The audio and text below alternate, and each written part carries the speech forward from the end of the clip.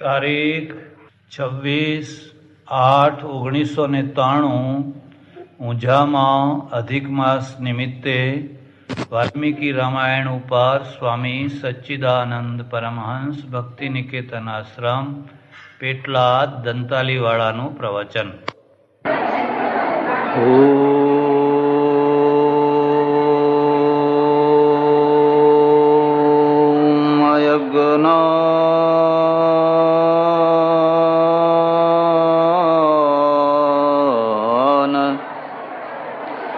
तिमिरान्धस्य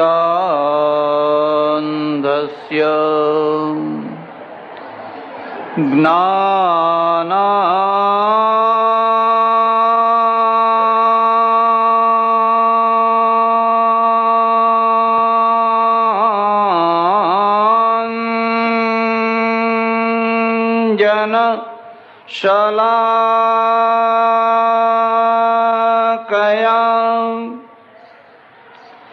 चक्षुरुन्मीलितं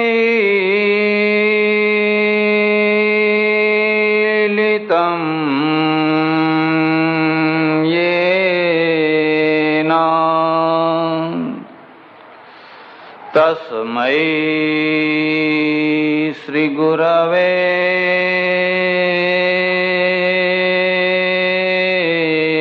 नमः. मूकं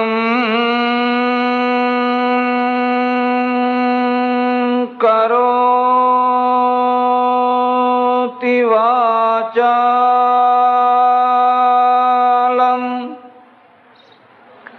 पंगुं लंघयते गिरिं यत्कृपातमहं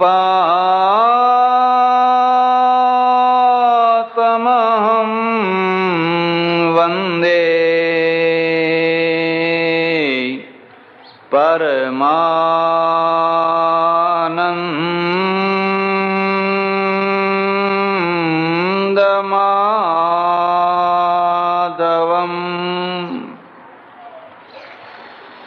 या देवी सर्वभूतेषु तृप्तिरूपेण संस्थिता नमस्तस्यै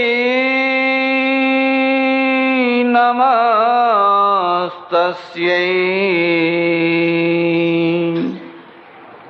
नमस्तस्यै नमो नमः. अम्बे मात की, उमिया मात की, सद्गुरु देव की. नमः पार्वती पते हर हर महादेव हर. માતાઓ, બહેનો અને ધર્માભિલાષી સજ્જનો, મહર્ષિ વાલ્મીકી વિરચિત રામાયણના આખ્યાનોને કેન્દ્રમાં રાખીને સંસારના મૂંઝવતા પ્રશ્નો, સમાજના, ધર્મના, રાષ્ટ્રના, વ્યક્તિના મૂંઝવનારા પ્રશ્નોની ભગવાન જેવી બુદ્ધિ આપે એવી ચર્ચા થઈ રહી છે. શરૂઆતમાં કહ્યું એમ રામાયણ એટલે વાલ્મીકી રામાયણ એક ઉત્તમ શ્રેષ્ઠ પુરુષની શોધમાં નીકળેલી છે. જ્યારે તુલસી રામાયણ છે એ પરમેશ્વરની શોધમાં નીકળી છે. એકને ઉત્તમ પુરુષના લક્ષણો જોઈએ છે, એકને પરબ્રહ્મ પરમાત્માના લક્ષણો જોઈએ છે. વાલ્મીકી રામાયણના જે પાત્રો છે એ બધા માનવ સહજ સ્વભાવના પાત્રો છે, ને તુલસી રામાયણના જે પાત્રો છે એના એ બધા પરાકાષ્ઠાના પાત્રો છે. જે સારું છે એને બહુ સારું બતાવવાનું, અને જે ખરાબ છે એને બહુ ખરાબ બતાવવાનું. એટલે બંને તરફની પરાકાષ્ઠા થઈ. ખરેખર એવું હોતું હોય છે કે સારામાં સારા માણસમાં પણ કંઈક દોષો હોય છે, અને ખરાબમાં ખરાબ માણસોમાં પણ કંઈક ગુણ હોય છે. પણ ગ્રંથ છે, આ બંને ગ્રંથોની આ એક મુદ્દાનો ભેદ છે. એટલે અહીંયા રામ, કૌશલ્યા, દશરથ વગેરે વગેરે જે સારા પાત્રો છે એના અંદર પણ માનવીય સ્વભાવ મૂક્યો છે. એ પણ માનવ સહજ કડવી વાતો બોલે છે, અપેક્ષાઓ રાખે છે. તુલસી રામાયણમાં આ બધા પાત્રો પરાકાષ્ઠાએ છે. માતા ઉત્તમમાં ઉત્તમ કેવી હોવી જોઈએ, કેટલી હોવી જોઈએ એની પરાકાષ્ઠા. અને મંથરા કેટલી દુષ્ટ છે, કૈકેયી કેટલી દુષ્ટ છે એ દુષ્ટતાની પરાકાષ્ઠા. ખરેખર તો કૈકેયી એટલી બધી દુષ્ટ નથી, અને મંથરા પણ એટલી બધી દુષ્ટ હતી. સૌ પોતપોતાની જગ્યાએ પાત્ર છે અને નાટકનો અભિનય કરે છે. પણ આ બે રામાયણોમાં મુદ્દાનો ભેદ જો તમને ખ્યાલ રહેશે તો તમે જાણી શકશો કે બંને વચ્ચે શું ભેદ છે. હવે જયારે ઉત્તમ પુરુષ શોધવા નીકળ્યા છે તો ઉત્તમ પુરુષ કેવો હોય? આપણે ત્યાં એક સામુદ્રિક શાસ્ત્ર છે, સામુદ્રિક શાસ્ત્ર. એમાં પુરુષોના 4 પ્રકાર બતાવ્યા છે અને સ્ત્રીઓના પણ 4 પ્રકાર બતાવ્યા છે, શરીરના દ્વારા અને ગુણોના દ્વારા. શરીરના દ્વારા જે પ્રકાર બતાવ્યા છે એ હું તમારા આગળ નહીં કહું, કારણ કે કોઈને કંઈ ને કંઈ ઘટતા. એટલે શરીરના જે પ્રકારો બતાવ્યા છે એની આંખ કેવી હોય, નાક કેવું હોય, ગરદન કેવી હોય, હાથ કેવા હોય, કપાળ કેવું હોય, એ બધા જે પ્રકાર બતાવ્યા છે, વાળ કેવા હોય, એ તમારા આગળ હું નહીં કહું. કારણ કે કશું ને કશું તમારામાં ઘટતું આવશે, અને એમાં જો સારું ઘટતું આવ્યું તો એક વેંત ઊંચે ચાલવા લાગશો. હા, તો આપણો નંબર લાગી ગયો એમ. અને જો કંઈક ઊંધું ઘટતું આવી ગયું તો એક વેંત પાતાળમાં ચાલવા લાગશે, બહુ મોટી નિરાશા થઈ જશે. અને જો હલકી વાતો પડોશીના માટે ઘટતી આવી ગઈ તો તમને બહુ આનંદ થશે, એની જ વાત છે આ, બિલકુલ એનામાં ઘટતી આવે છે. એટલે હું શારીરિક જે વર્ણન છે એ ચર્ચા તમારા આગળ નહીં કરું, પણ જે ગુણાત્મક ચર્ચા છે એના ગુણ કેવા હોય. 4 પ્રકારના પુરુષો અને 4 પ્રકારની સ્ત્રીઓ. નામ લખવા હોય તો લખી લેજો. પુરુષના 4 નામ છે પદ્મ, હસ્ત, ચિત્ર અને શંખ. આ 4 નામ છે. પદ્મ, હસ્ત, ચિત્ર અને શંખ. સ્ત્રીઓના 4 નામ છે પદ્મિની, હસ્તિની, ચિત્રણી અને શંખણી. આ સ્ત્રીઓના 4 નામ છે. સામુદ્રિક શાસ્ત્ર છે ને ખરેખર સમજવા જેવું છે. એટલા માટે સમજવા જેવું છે કે તમારે જ્યારે સેંકડો માણસો સાથે વ્યવહાર થતો હોય તો સામેથી આવનારો જે માણસ છે ને એની ચાલ ઉપરથી તમે એના વ્યક્તિત્વને નક્કી કરી શકો. એની આંખો ઉપરથી, એના ચહેરા ઉપરથી, એના બોલવા ઉપરથી માણસને ઓળખવો ને હીરાને ઓળખવા કરતા અઘરું કામ છે. અને હીરાને ઓળખવાથી જે ફળ મળે એના કરતા પણ માણસને ઓળખવાનું ફળ ઘણું મોટું મળે. અને માણસને ઉલટો ઓળખો તો એનું જે કુફળ છે એનો તો કોઈ હિસાબ ના ગણાય, એટલું એનું કુફળ. એટલે આ 4 પુરુષો અને 4 સ્ત્રીઓ બતાવી. રામાયણની અંદર આ 4 પુરુષો અને 4 પ્રકારની સ્ત્રીઓ મૂકી, કારણ કે જીવનના બધા પાત્રો મૂકવાના છે એટલા માટે. હવે કોને કોને શું કહેવાય એની ચર્ચા હું પછી કરું.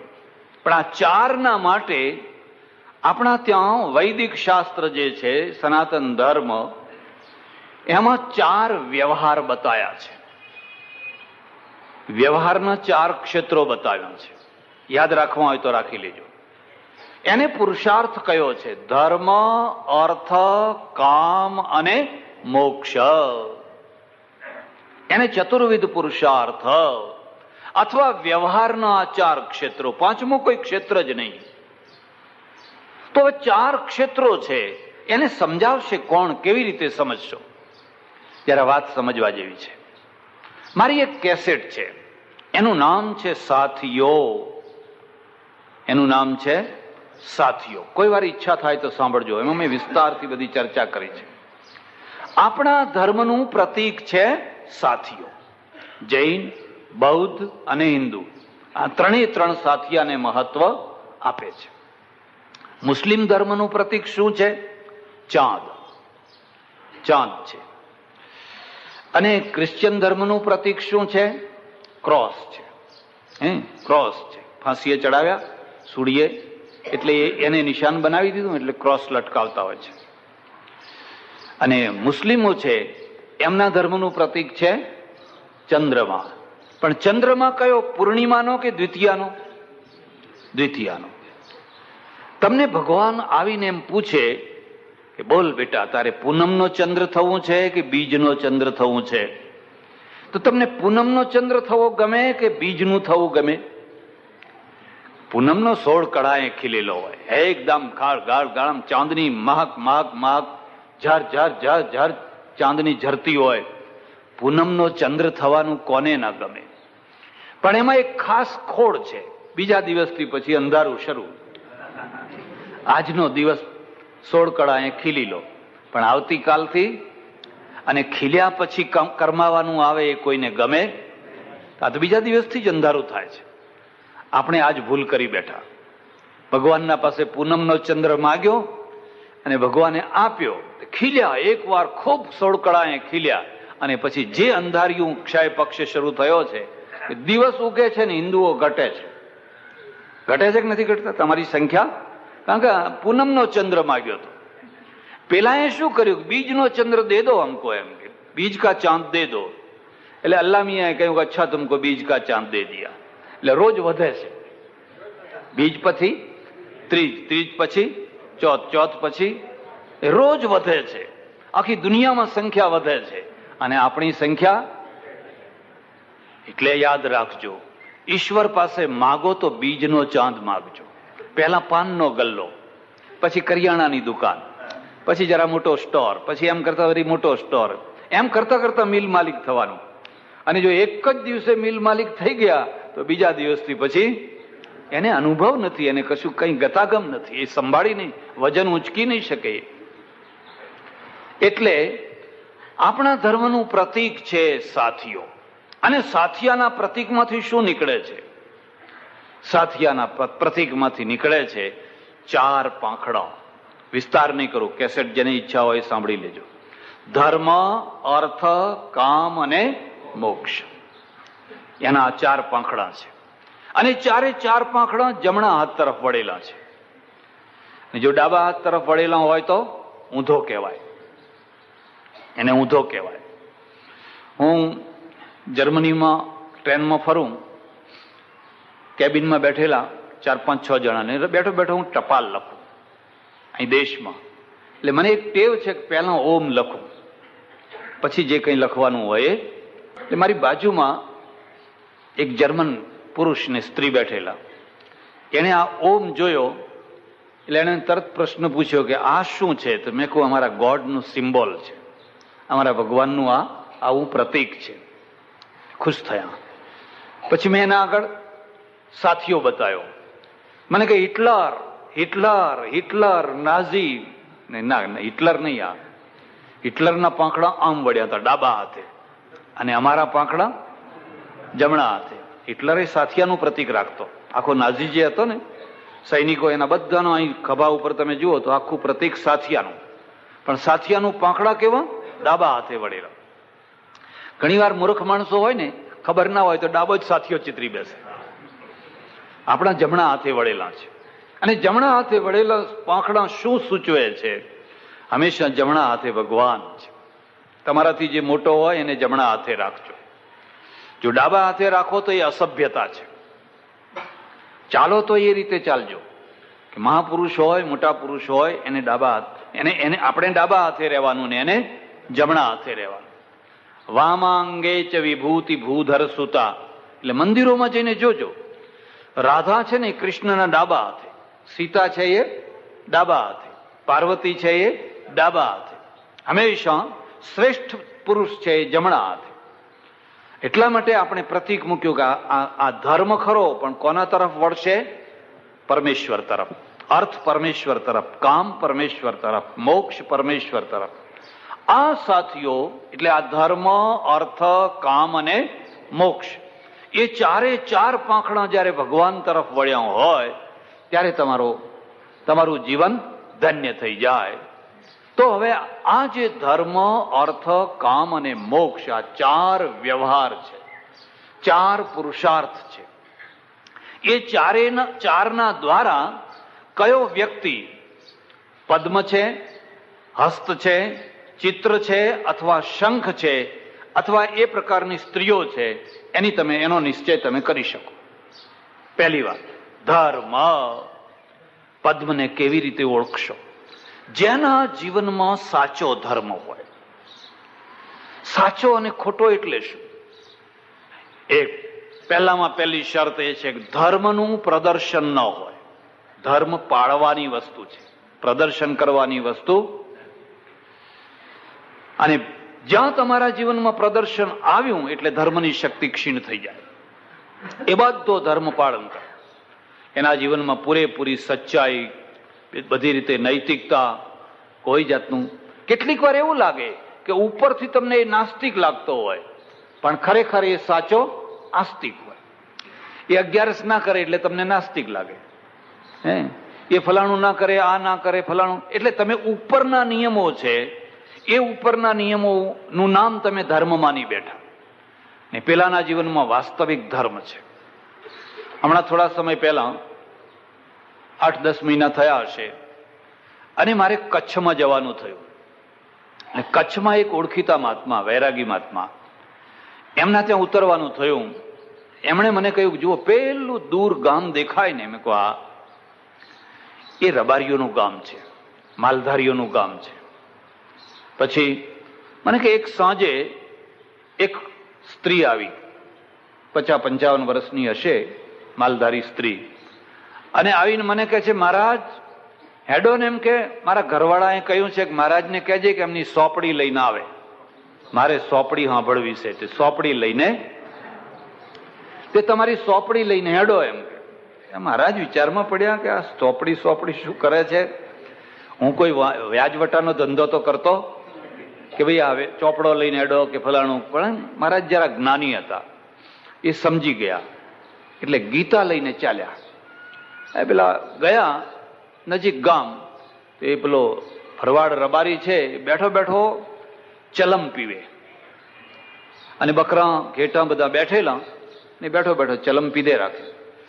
મહારાજને આવતા જોયા, ઉભો થઈને કહે છે, આવો બાપુ, આવો આવો આવો. પગમાં પડ્યો, નમસ્કાર કર્યા, પગમાં પડ્યા, એક કોથળો પાથરી આપ્યો, અને પછી કહ્યું કે હવે તમારી સોપડી સંભળાવો એમ. મારે હવે અહીં રહેવું, મારે હવે ધણીના ઘેર જવું છે, જતા પહેલા તમારી સોપડી સાંભળી લો. એટલે મહારાજ તો કોથળા ઉપર બેઠા અને ગીતા છે એને સંભળાવા લાગ્યા. મને કે 2 અધ્યાય સંભળાવ્યા હશે, અડધો કલાક થયો હશે, 2 અધ્યાય સંભળાવ્યા હશે. એટલે પેલા રબારીએ કહ્યું કે બસ બાપુ, હવે બસ કરો, બસ બહુ થઈ ગયું.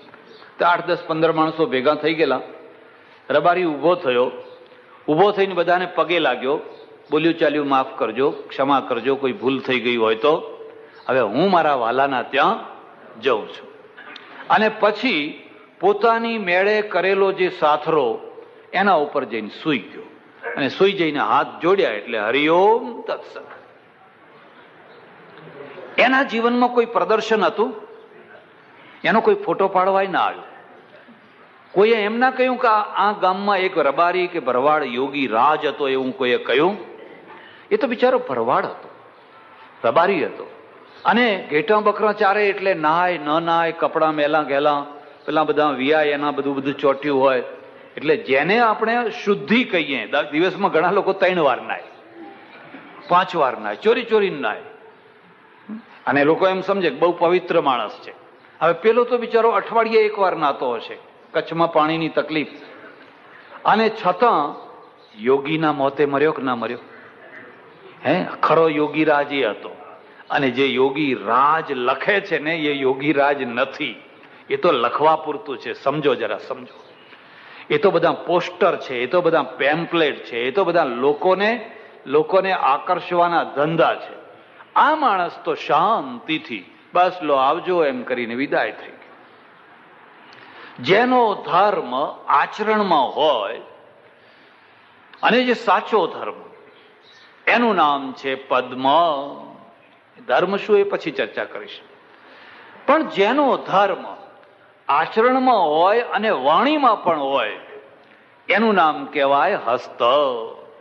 5000 આપે ખરા, પણ આખા ગામમાં જઈને કહી આવ્યા હો, આપણે આપ્યા હો, બધાને કે 11 કરે ખરા, પણ જ્યાં સુધી 11 ઘરમાં જઈને કઈ ના આવે ત્યાં સુધી એની 11 પૂરી થાય.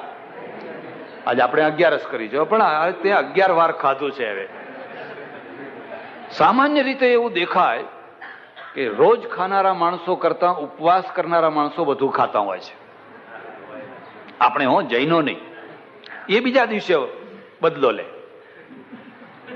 આજ નહીં તો આ માણસનો સ્વભાવ છે. વિષયા વિનિવર્તન્તે નિરાહારસ્ય દેહિના, ભગવદ્ ગીતામાં લખ્યું છે, રસવર્જ્યમ રસોપ્યસ્ય પરમ દૃષ્ટવા નિવર્ત્યતે. અર્જુન, એક રબરનો દડો હોય ફૂલેલો, એમાંથી તું હવા કાઢી નાખ, એટલે દડો છે એ કેવો થઈ જશે? લાબરા જેવો થઈ જશે. એમ આ શરીરને ખાવા પીવાનું આપવાનું બંધ કર, એટલે લાબરા જેવું થઈ જશે. વૃત્તિઓ નહીં બદલાય. તમારે અનુભવ કરવો હોય તો કરજો. જે દિવસે તમે બિલકુલ નહીં ખાધું હોય, તે દિવસે તમારા મનના વિકારો વધારે થશે. ઓછા નહીં થાય, પણ વધારે થશે. શાંતિ શામાં છે? સહજ જીવનમાં. બસ 2 રોટલી ખાઈ લો, 3ની જરૂર હોય તો 2 ખાઈ લો, અને પછી આરામથી ઊંઘો. પછી સાંજે પાછું ખાઈ લો, તમને બહુ શાંતિ મળશે. સહજ જીવન. હવે પેલા જે ઉપવાસ કરનારા આપણા માણસો છે, એ તો સવારથી જે બાળ ભોગ ચાલુ કરે ને પછી રાજભોગ ચાલુ કરે ને પછી ફલાણું ચાલુ કરે ને પછી રાત્રે સુતા કહે કે હવે થોડુંક દૂધ હોય તો એમાં થોડીક બદામ નાખજો, થોડું કેસર નાખજો, થોડું ફલાણું નાખજો. ધર્મનું આચરણ કરે, પણ એ બધાને કે કરે. અને કયા કહેવાથી શું થાય? ધર્મ ફિક્કો પડી જાય. તમે યાદ રાખજો, તમે કોઈ સારું કામ કરશો અને કોઈને નહીં કહો તો લોકો તમને ખોડી કાઢશે કે આ સારું કામ કરનાર કોણ છે. તમે અહીં પ્રસાદ વેચો અને કોઈને ખબર ના પડવા દો કોને પ્રસાદ વેચ્યો છે, લોકો ખોડી કાઢશે કે આજનો પ્રસાદ કોના તરફથી હતો. અને જો તમે કે કરશો કે આજના મારા તરફથી, લોકો મોઢું બગાડીને હવે એમાં શું કે કરો છો? એ ધર્મનું આચરણ કરે છે, પણ બોલતો. અને પેલો શું કરે છે? બોલ કરે છે. તો ત્રીજો માણસ શું છે? એ ધર્મનું આચરણ કરતો નથી અને બોલ કરે છે. ધર્મનું બિલકુલ આચરણ નહીં અને બોલ કરે છે. આ મેં કર્યું, આ માંડવો મેં બાંધ્યો, અરે હું હતો તો આ બધું આ પ્રોગ્રામ થયો, બાકી હું ના હોત તો આ કાર્યક્રમ થવાનો. ચોથો જે શંખ છે એ શું છે? એ અધર્મનું આચરણ કરે છે અને ધર્મની વાત કરે છે. આચરણ કરે છે અધર્મનું અને વાત કરે છે ધર્મની. કામ ખોટું કર્યું હોય અને એને સારું સાબિત કરવાનો પ્રયત્ન કરે.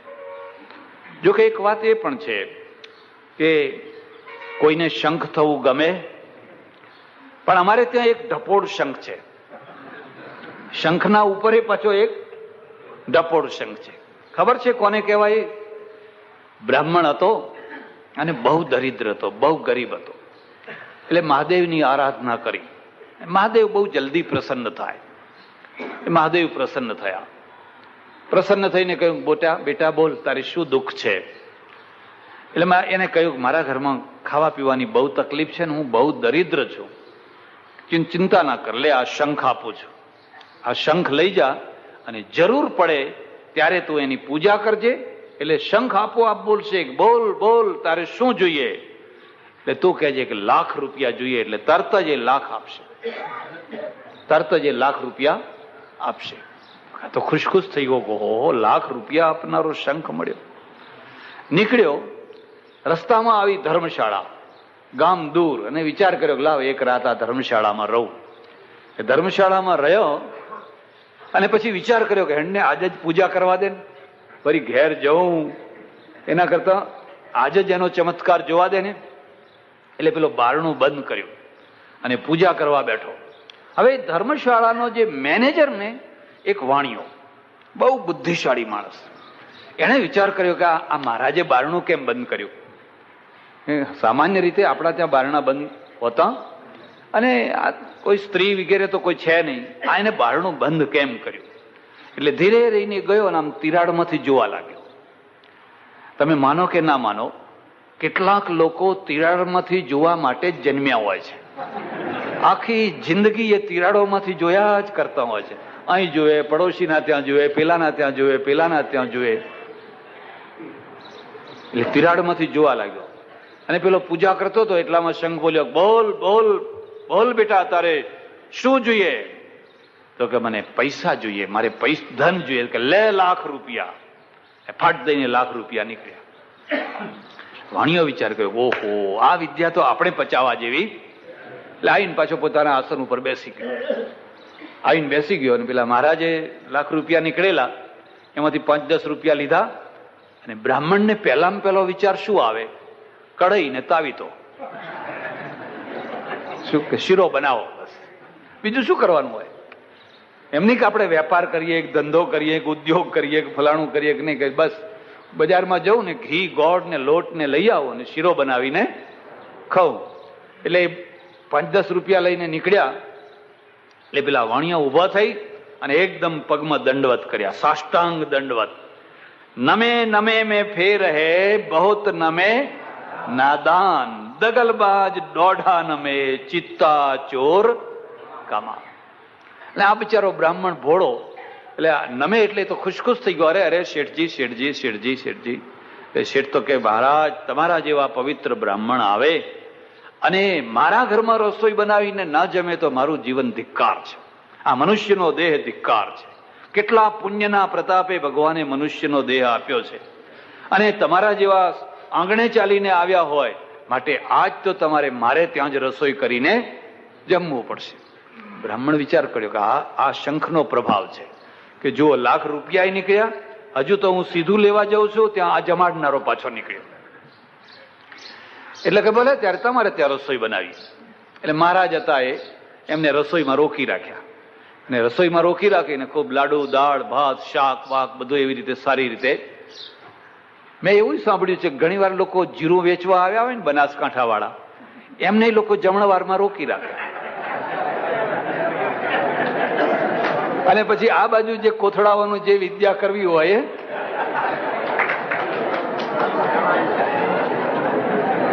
હવે તમે વિચાર કરો, એને આ ચારમાં કઈ જગ્યાએ મૂકશો? એટલે મહારાજ તો ખૂબ વઘાર કરીને સારી રીતે રસોઈ બનાવી. ત્યાં સુધી પેલા વાણિયાએ શું કર્યું કે બરાબર એના જેવો એક શંખ મૂકી આવ્યો ને પેલો શંખ છે એ લઈ આવ્યો, લઈને ઘરમાં મૂકી દીધો ને બસ. અને મહારાજ તો ખુશ છે, લાડુ દાળ ભાત જમ્યા, જઈને પેટ ઉપર હાથ ફેરવીને સુઈ ગયા. ઘેર ગયા અને પછી વળી પાછી જયારે જરૂર પડી એ શંખની પૂજા કરી, બીજી વાર કરી, ત્રીજી વાર કરી, ચોથી વાર કરી, પણ શંખ કઈ બોલ્યો. ઈશ્વરને એક પ્રાર્થના કરજો, ખાસ પ્રાર્થના કરજો કે પહેલા યોગ્યતા આપજે ને પછી અમને વસ્તુ આપજે. જો યોગ્યતા નહીં હોય અને તમને ઊંચામાં ઊંચી વસ્તુ મળી હશે તો પણ તમે એને સાચવી શકશો. જો આ બ્રાહ્મણને લાખ રૂપિયા આપનારો શંખ મળ્યો પણ એને સાચવવાની એનામાં ત્રેવડ હતી. એટલે પેલો ચતુર માણસ હતો એ એના પાસેથી છીનવી ગયો, લઈ ગયો, પાછો મહાદેવ પાસે ગયો, ખૂબ તપ કર્યું, ખૂબ રડ્યો. મહાદેવ પ્રસન્ન થયા. અરે ફરી કેમ આવ્યો? કે પેલા વાણિયાએ શંખ લઈ લીધો અને મને બનાવટી આપી દીધો. હવે શું કરું? કે ચિંતા ના કર, લે હું બીજો શંખ આપું છું. આ બીજા શંખની એક ખાસિયત છે કે આ બીજો જે શંખ છે એ બોલશે ખરો પણ કશું આપશે, કોઈને કશું આપશે નહીં. એ કોઈને કશું આપશે નહીં, એટલે લઈ જાય. એટલે આ તો એ જ ધર્મશાળામાં ઉતર્યો અને વાણિયાએ જોયું કે આ આયા હતો એમ કે ફરી પાછી પૂજા કરવા લાગ્યો, તિરાડમાંથી જોવા લાગ્યો. એટલે શંખ કહે છે, બોલ બેટા શું જોઈએ? કે લાખ રૂપિયા. અરે લાખ શું માગે છે? કરોડ લેને, 2 કરોડ લેને, 5 કરોડ લેને, 10 કરોડ લેને, લાખ શું માગે છે? પેલા વાણીએ વિચાર કર્યો કે આ લાખ કરતા આ કરોડ વાળો.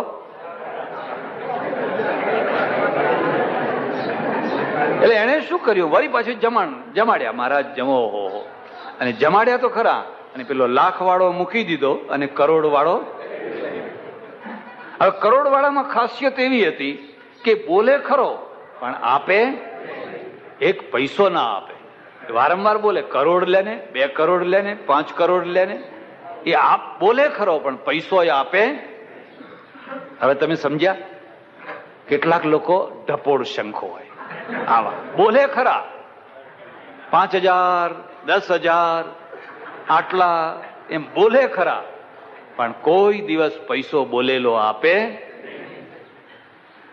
4 પ્રકારના માણસો. ધર્મ છે એ આચરવાની વસ્તુ છે, બોલવાની વસ્તુ. લોકો બોલશે, તમે શું કામ બોલો છો? આપોઆપ લોકો બોલશે. તમે કોઈ વાર દક્ષિણની યાત્રા કરવા જજો તો દક્ષિણના એટલા આલીશાન મંદિરો છે, એના એક એક ગોપુરમ જુઓ, એની લોબીઓ જુઓ તો આપણને એમ થાય કે આ કયા ટાઈમે આ બધું બનાવ્યું હશે.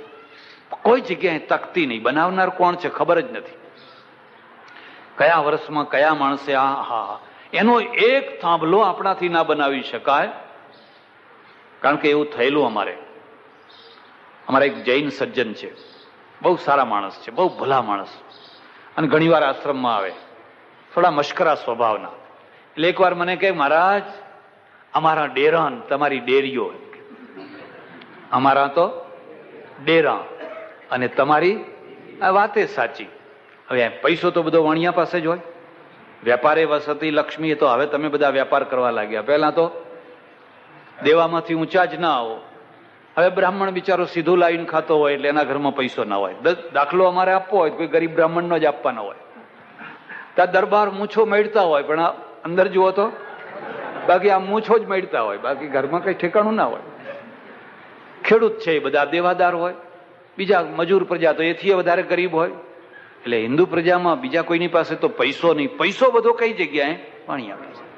અને એમને બધો વાપરવાનો ક્યાં? ડેરામાં. ડેરા ડેરા ડેરા ડેરા ડેરા ડેરા. હિન્દુ અને વાણિયા બંને પાસેથી એક ભૂલ સુધારવા જેવી છે. વાણિયાનો બધો પૈસો પથરામાં ગયો અને હિન્દુઓનો બધો પૈસો અગ્નિમાં ગયો. તમને કંઈક સૂજે એટલે શું કરો? યજ્ઞ કરો. એમ કંઈક થાય એટલે 1000 કુંડીનો કરો, 500 કુંડીનો કરો, આટલી કુંડીનો કરો, 3-4 દિવસમાં રાખ બાખ ચોડીને ઉભા થઈ જાઓ. બસ શું એમાં પછી કઈ મળ્યું? પેલા ખ્રિસ્તીઓ શું કરે? દવાખાનું કરે, સ્કૂલ કરે, કોલેજ કરે, ફલાણું કરે. એમાંથી માણસોનું નિર્માણ થાય, એમાંથી માણસોનું નિર્માણ થાય. તમે શું નિર્માણ કર્યું? તમે શું નિર્માણ કર્યું? દુલાભાયા કાગ નામ સાંભળ્યું છે? કાઠિયાવાડનો કવિ, અને એટલો જોરદાર કવિ. એની એક એક વાણીમાં, તળપદી ભાષામાં એને કંઈ રચ્યું છે, કંઈ લખ્યું છે. શિહોરમાં એક બ્રહ્મચારી બહુ મોટો યજ્ઞ કરે. તમને જો ખબર હોય તો એ બહુ મોટો યજ્ઞ કરે અને હજુ દેવું બાકી છે ત્યાંનું. હજુ શિહોરના વાણિયાઓ બૂમો પાડે છે કે હજુ પૈસા ચૂકવાયા. વિશ્વ શાંતિ માટે ને શિહોરમાં અશાંતિ.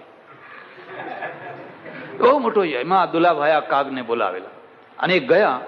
ચારે તરફ બધી કુંડીઓ કુંડીઓ કુંડીઓ કુંડીઓ કુંડીઓ કુંડીઓ. આ બધું એને જોયું અને એનું હૃદય કકડી ઉઠ્યું અને એને તરત જ એ જ જગ્યાએ એણે કાવ્યની રચના કરી. ઈ ભાંડું હજારો ગામડિયા, આપણા આદિવાસી ભાઈઓ, ગામડિયા ભાઈઓ, દૂરના ગામડામાં રહેનારા, ઈ ભાંડું હજારો ગામડિયા જે જન્મતા રોગના ભોગ બન્યા. જે જન્મ્યા ત્યારથી જે જન્મતા રોગના ભોગ બન્યા, એના આંગણેના કોઈ વૈદ્ય ગયા. તમારે ત્યાં 3 વિઝિટ આવે, એના આંગણે કોણ જાય છે? 25-30 કિલોમીટર સુધી કોઈ દવાખાનું નથી. ખ્રિસ્તીઓ ગયા એમના આંગણે, એના આંગણેના કોઈ વૈદ્ય ગયા. દુઃખ દર્દ તો કોઈએ પૂછ્યા જ નથી. અકાળે મૃત્યુને શરણ થયા. અકાળે મૃત્યુને શરણ થયા. બિચારા મરી ગયા. તો કોઈએ એમનો ભાવ ના પૂછ્યો કે ખાધું છે, પીધું છે, ભણ્યા છો, કપડાં છે કે નથી, કે કોઈએ ભાવ ના પૂછ્યો. અને હવે મૂળ વાત ઉપર આવ્યો. લાખો યજ્ઞ તણા ભડકે ભડકે, પેલા દીન જનોની ચિતા સળગે. લાખો યજ્ઞ તણા ભડકે ભડકે, પેલા દીન જનોની ચિતા સળગે. કેટલી મોટી ઉત્પ્રેક્ષા, કેટલો મોટો ફટકાર છે. પેલા એ બધું પથ્થરોમાં નાખ્યું અને આપણે બધું અગ્નિમાં નાખ્યું. પથ્થરોનું એક સારું થયું કે એનાથી સ્થાપત્ય તો થયું, શિલ્પ તો થયું. આજે 1000 વર્ષ પછી એ લોકો કહે છે કે આ દીરું, પણ પેલું તો 4 દિવસમાં રાખ. શું મળ્યું એમાં? કશું જ નહીં. કાંઈ કહેતા કાંઈ ના મળ્યું. બાકી તમારા જેટલું દાન, તમારા જેટલો ધર્મ, તમારા જેટલી ઉદારતા દુનિયાની કોઈ પ્રજાએ નથી કરી. પણ સમજીને કરો તો ને. એટલે 4 પ્રકારના પુરુષો, અને 4 પ્રકારના પુરુષોની અંદર પહેલો પુરુષ છે એ પદ્મ છે. પદ્મ શું? સાચો ધર્મ પાલન કરે છે. ધર્માભાસ નહીં, આડંબર નહીં, દોડ નહીં, દંભ નહીં, અને બોલતો નથી. એ ધર્મ પોતે બોલશે, એનો જય જયકાર આપોઆપ થશે. તમારે બોલવાની જરૂર નથી. પછી આ 4 પુરુષ છે, એ 4 પુરુષોને ફરી પાછા જો તમારે માપવા હોય તો અર્થના દ્વારા. અર્થ એટલે પૈસો. પેલો જે પદ્મ પુરુષ છે એ પૈસો કમાય છે. આપણા ઉપનિષદો, શાસ્ત્રો કહે છે ભૂત્યૈ ન પ્રમદિતવ્યમ. 2 પૈસા કમાવામાં પ્રમાદ કરીશ. પ્રારબ્ધવાદી નથી, તમારા નસીબમાં હશે એ મળશે એવું નહીં. ભૂત્યૈ ન પ્રમદિતવ્યમ, દેવ કાર્યે ન પ્રમદિતવ્યમ, પિતૃ કાર્યે ન પ્રમદિતવ્યમ. 2 પૈસા કમાવામાં પ્રમાદ કરીશ નહીં. 2 પૈસા કમાજે. 2 પૈસા કમાઈશ તો એમાંથી અડધો પૈસો કંઈક સારા કામમાં વાપરીશ. હવે તમે સુદામા થઈને બેઠા, એટલે રોજ વિચાર કરો કે હવે આજ ક્યાં જવું.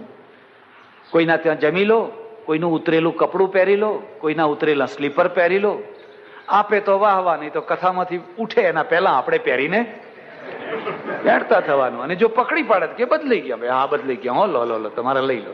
અને ના પકડે તો આ બધી કળા છે, આ બધી યુક્તિઓ છે. પરદેશમાં શું છે? ચંપલ ઉતારવાના નહીં, કોઈ જગ્યાએ ઉતારવાના નહીં. ગમે ત્યાં જાઓ બૂટ પહેરેલા ને પહેરેલા રાખવા. બૌદ્ધોના ત્યાં પણ એ નિયમ. તિબેટમાં જાઓ, ચાઇનામાં જાઓ, જાપાનમાં જાઓ. અમે જાપાનમાં બુદ્ધ મંદિરમાં બહાર ચંપલ ઉતારીને ગયા અંદર. હજુ થોડેક ફર્યા હશું, ત્યાંની પેલી જે બહેન હતી, બધા જોડા ઉપાડી આવીને અમારા પગ આગળ મૂકી દીધા. અમને કે પહેરી લો. અહીં ઉતારવાનો રિવાજ. એમના ભગવાન અભડાતા નથી, અને આપણા ત્યાં એવી કલ્પના કરી શકાય? આપણે તો ઘરમાં પહેરીને ના જવાય. એટલે આપણા ત્યાં તો ચંપલ ઉતારીને જવાનું, બેસવાનું. હવે ભગવાનમાં જીવ રહે કે જોડામાં જીવ રહે? ડાકોરમાં, દ્વારકામાં, અંબાજી, કોઈ પણ જગ્યાએ જાઓ એટલે ઘણી જગ્યાએ વ્યવસ્થા કરી હોય, બધી જગ્યાએ તો વ્યવસ્થા કરેલી હોય. અને મારા એક સજ્જન છે, હવે એમાંય પાછા લોકો બૂમ શું પાડે કે મહારાજ નવા ને નવા ગયા. એટલે બી તું વિચાર કર કે લેનારો જૂના લેતો હશે કે નવા લેતો હશે? એ લેનારો તો નવા નવા જ લઈ જાય. મુંબઈમાં કથા કરું, એક સજ્જનના ત્યાં ગયો જમવા. મને કે જુઓ 40 વર્ષથી હું મંદિરમાં જઉં છું, પણ આપણા જોડા કોઈ દિવસ ચોરાયા. ગજબ કહેવાય. કેમ? તો મને બતાયા. મને કે જુઓ સંડાસ જવાના જે ચંપલ છે એવા જ મંદિર જવાના જુદા રાખ્યા છે. તેવા હલકા રાખવાના, કોઈને લેવાનું મન થાય. વળી પાછા એક બીજા સજ્જન મળ્યા, મને કે આપણા પણ કોઈ દિવસ 40 વર્ષથી પણ કોઈ દિવસ જોડા ચોરાતા? તો મેં કહું હલકા બલકા લઈ જતા હશો? કે મને કે નહીં, સારામાં સારા પહેરી જવાના. તોય ચોરાતો નથી. કેમ? કે એક આ બાજુ ઉતારવાનું ને એક પેલી બાજુ ઉતારવાનું, કારણ કે લઈ જનારને જોડવું જોઈએ છે. ભેગા ઉતારીએ તો જાય ને. એટલે આપણે પછી એક પગ અહીંથી પહેરી લેવાનો અને એક ત્યાંથી પહેરી લેવાનો. હું ઘણી વાર વિચાર કરું કે આપણા મંદિરો, આપણા ધર્મસ્થાનો એટલા બધા નીચા આવી ગયા છે કે જ્યાં ઈશ્વર યોગ શીખતા પહેલા જોડા યોગ શીખવો પડે. જે જોડા યોગ ના શીખો અત્યારે તો 200-500 રૂપિયાના જોડા થાય. એટલે 4 પુરુષોને જો જાણવા હોય તો બીજો રસ્તો છે અર્થ. એ ધંધો કેવો કરે છે, ધંધો કરવાનો. કોઈ દિવસ ધંધો છોડી નહીં દેવાનો. તમે ગરીબ હો તોય ધંધો કરવાનો, અને કરોડાધિપતિ હો તો પણ ધંધો કરવાનો. છોકરાને ધંધો શીખવાડવાનો, છોકરાને નવરા નહીં રાખવાના, ભલે ગમે એટલી આવક, બેઠી આવક હોય તોય. પણ પદ્મ પુરુષ કોનું નામ કહેવાય? જેના ધંધામાં કોઈના આંતરડા કકડતા ન હોય એવો જે ધંધો કરે એનું નામ કહેવાય પદ્મ પુરુષ. ધંધો તો ખરો પણ કોઈનું લોહી તો નથી કકડતું. એના ધંધાની અંદર કોઈને કઈ પરમાર્થ હોય, કઈ ને કઈ ઉદારતા હોય. એક સજ્જન મારે ત્યાં આવ્યા, ઘણી વાર આવે, લોજનો ધંધો કરે. મને કે તમારી કથા તો મને બહુ ગુણકારી થઈ ગઈ. એમ કે શું ગુણકારી થઈ ગઈ? કે લોજનો ધંધો છે, અને તમારી કથા સાંભળ્યા પછી મેં મારા મનમાં નક્કી કર્યું કે જેટલા માણસો જમવા આવે એ જમતા જમતા જયારે ના પાડે કે હવે નથી જમવું, પછી 2 રોટલી મારા તરફથી આગ્રહ કરીને મારે આપવાની. પછી 2 રોટલી હું ફરી ફરીને એને આગ્રહ કરીને આપું, 2 રોટલી. મેં તો એ તો તમને ઉલટું ખોટ, જ્યારે કે એટલી ઘરાગી વળી છે, એટલી ઘરાગી વળી છે કે બેસવાને ખુરશી નથી જગ્યા મળતી. અને 2 રોટલીનો કાપ મૂકો તો બીજી વાર કોઈ આવે ખરો? આવા ઘણા લોકો હોય છે, જમવા બેસાડે અને પછી પેલા નોકરના દ્વારા બૂમ પડે કે એ સીટી વાગી ટ્રેનની. એટલે પેલા ટ્રેનમાં જનારા હોય ને એ બધા ઊંચા નીચા થઈ જાય, એટલે ખાધું ના ખાધું દોડે. કઈ વાગી બાગી કશું ના હોય, પણ આમને ઉઠાડી મૂકવા માટે આવું કરે. ધંધો કરજો, પણ પદ્મ પુરુષ કોનું? હું લક્ષાધિપતિ ભલે ના થઉં, હું કરોડાધિપતિ ભલે ના થઉં, પણ જેમાં કોઈની હાય હોય, જેમાં કોઈના આંતરડા કકડતા હોય એવો પૈસો, એવો ધંધો મારે કરવો. ધંધાની પણ એક ચોઈસ છે. તમે લોજ કરો, પ્રેમથી જમાડો, લોકો હસતા હસતા જાય, ઉપરથી 2 રૂપિયા વધારે આપીને જાય. તમે ટ્રાન્સપોર્ટ બસનો ધંધો કરો, યાત્રાળુઓને લઈ જાઓ, પણ એટલી સારી રીતે રાખો એમને કે છેવટમાં બધા તમને પાઘડી બંધાવે કે ભાઈ આટલી સરસ યાત્રા કરાવી, તમે સરસ જમાડ્યા. આનું નામ પદ્મ પુરુષ કહેવાય. અર્થ શુદ્ધિ. અર્થ શુદ્ધિ એ જ શુદ્ધિ છે. હસ્ત કોને કહેવાય? કે જે ધંધો કરે એમાં સ્વાર્થ જ હોય, પરમાર્થ ના હોય. કોઈને છેતરે નહીં, કોઈને છેતરે નહીં, પણ કોઈનું ભલું ના કરે. જમાડે પૂરેપૂરા, 2 રૂપિયા 2 રોટલી વધારાની ના જમાડે, પણ જે હોય એ પૂરેપૂરું કરે. એને હસ્ત કહેવાય. ચિત્ર કોનું નામ કહેવાય? કે જે અર્થની અંદર શું કરવું ને શું ના કરવું એનું કોઈ મહત્વ ના આપે અને સ્વાર્થને જ વધારે મહત્વ આપે, એ ચિત્ર કહેવાય. અને શંખ કોને કહેવાય? કે જે માત્ર લોહીના જ પૈસા ખાતો હોય, સવારથી સાંજ સુધી લાંચ ને રૂશ્વત, લાંચ ને રૂશ્વત, લાંચ ને રૂશ્વત, હરામના જ પૈસા, એમાં હકનો એક પૈસો ના હોય. જ્યારે એનો કોળિયો મોઢા આગળ આવે ને ત્યારે બાસમતી ચોખા હોય તો એમાંથી લોહી ટપકતું હોય, એમાંથી લોહી નીતરતું હોય. કેટલા માણસોના તે લોહી પીધા છે, અને લોહી પી પીને ઘરમાં ઐશ્વર્ય ભેગું કર્યું હોય. એ ગમે એટલો મોટો હોય, પણ શાસ્ત્રકાર શું કહે છે? શંખ. એ શંખ છે, એ પદ્મ, એ તો શંખ છે જે હરામનો પૈસો ખાય છે. અને હરામમાં જે લોહી કકડાવીને પૈસો ખાય છે.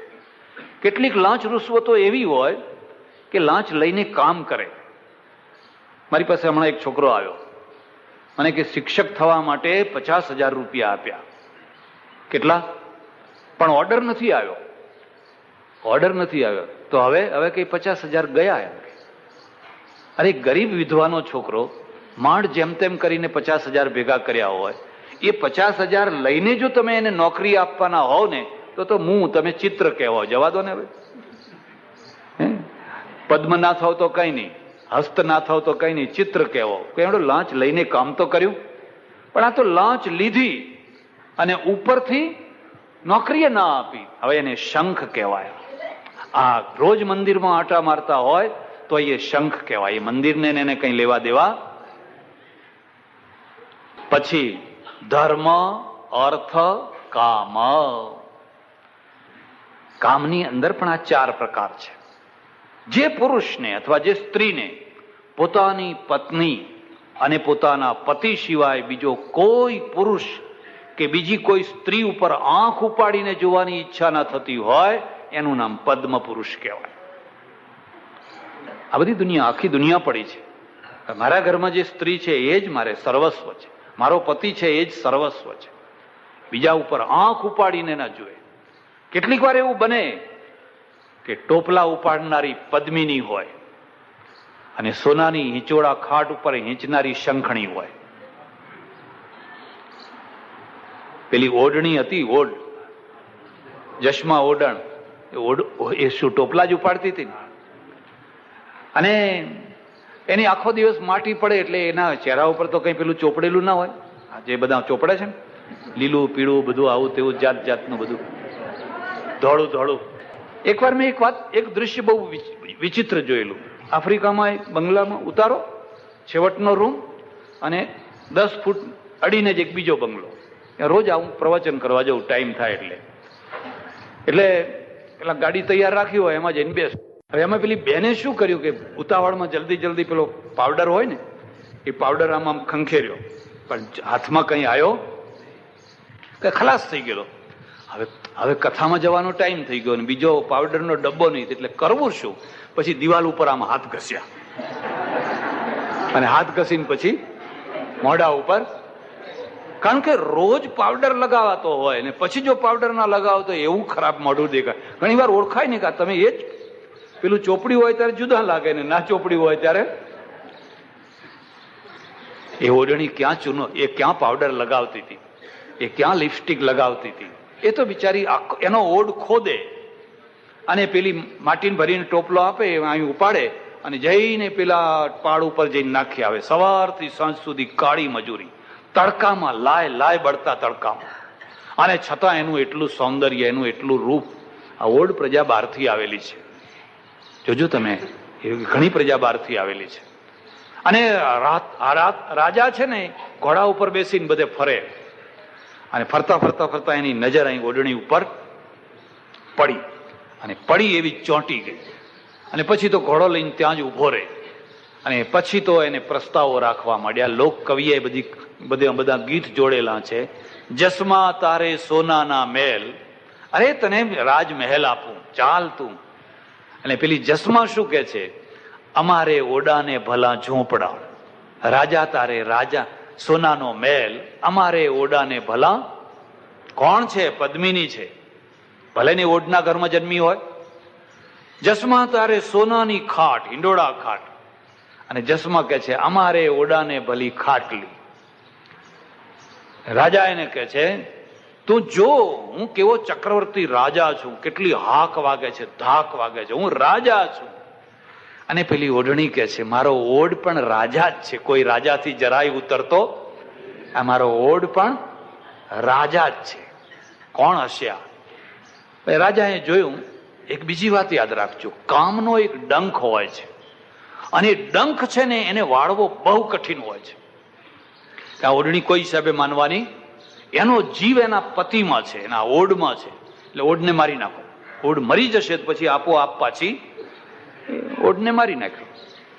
ઓઢને મારી નાખ્યો એટલે પાછી વળવાની જગ્યાએ આ નાગણની માફક વિફરી અને વિફરીને પછી કહ્યું કે એનું માથું લાવ. અને તમને ખબર હશે કે કઈ પેટમાં કટાર મારી અને પછી ઓઢની સાથે એ મરી ગઈ. કોણ હતું આ પદ્મિની. આ પદ્મિની હતી. આજે એનું મારા આશ્રમમાં મેં એનું પૂતળું મૂકેલું છે. લોકો યાદ કરે કે આના પાસેથી જુઓ આ દીવાદાંડી છે. પેલી જે નટીઓ છે એના ચિત્રો ઘરમાં શું રાખો છો, એની પાસેથી શું શીખવાના. ડાયરીમાં જુઓ તો એ ચિત્રો, મોટરમાં જુઓ તો એ ચિત્રો, ઘરમાં જુઓ તો એ ચિત્રો, કોલેજના છોકરાઓ છોકરીઓ ભણતી હોય એમાં એ ચિત્રો, એમની પાસેથી શું શીખશો? ચિત્રો જ રાખવામાં હોય તો આ ચશ્મા જેવાના રાખો કે તમને દીવાદાંડી થઈને રસ્તો બતાવશે. પેલા હા એક વાત છે, તમારે ચિત્રો રાખવા હોય તો સારામાં સારી જગ્યા છે કે પેલી સાયકલના પૂંછડા પાછળ નથી રાખતા હોતા, રિક્ષા કે એવું હોય છે ને એના પાછળ લગાવ્યા હોય તો આખો દિવસ એના ઉપર કાદવ. કોઈએ ખરું ખોડી કાઢ્યું છે કે આ જગ્યાએ જ રાખવા જેવા, ખરું ખોડી કાઢેલું છે. પદ્મ એનું નામ કહેવાય. અને આવા કેટલાય પદ્મો છે, એવા કેટલાય પદ્મો છે, કેટલીય પદ્મિણીઓ છે. એકવાર મારે આશ્રમમાં કોલેજના છોકરાઓ આવ્યા, 25-50 છોકરાઓ. મેં કહ્યું ક્યાં જઈ આવ્યા? મને કે ચિત્તોડગઢ ને મેવાડ ને એકનાથજી ને શ્રીલિંગજી, નાથદ્વારા અને કાંકરોલી ને બધી યાત્રા કરી આવ્યા. ચિત્તોડ ગયા હતા કે હા. ઉપર કિલ્લામાં બધું જોયું કે હા. શું શું જોયું? કે પેલો નવલખો આંક ભંડાર જોયો, મીરાબાઈ નું ઘર જોયું, મંદિર જોયું, ફલાણું જોયું. અરે બધું જોયું. પણ જ્યાં 16,000 રજપૂતાણીઓ કેળ ઉપર એના પેલા પછેડાઓ બાંધી બાંધીને હર હર મહાદેવ હર હર મહાદેવ કરીને કૂદી પડી હતી ને રાખ થઈ ગઈ હતી, એ ધૂળને માથા ઉપર ચડાવી. મને કે એ તો અમને ખબર જ નથી, એ તો અમે જાણતા જ નથી, કે તો અમને ખબર જ નથી. મેં કહ્યું ત્યારે તમે યાત્રા કરવા ગયા ફોગટની ગયા છો. એ રાણાના ત્યાં એક પદ્મિની સ્ત્રી હતી. પદ્મિની સ્ત્રીનું વખાણ છે ને કોઈ અભાગ્યા હિન્દુએ જઈને અલાઉદ્દીન ખિલજીના દરબારમાં કર્યું. તમારે ત્યાં તો કેટલાય વિભીષણો પેદા થયા છે, અમીચંદો પેદા થયા છે કે નથી થયા? આજ તો નહીં હોય, આજે છે.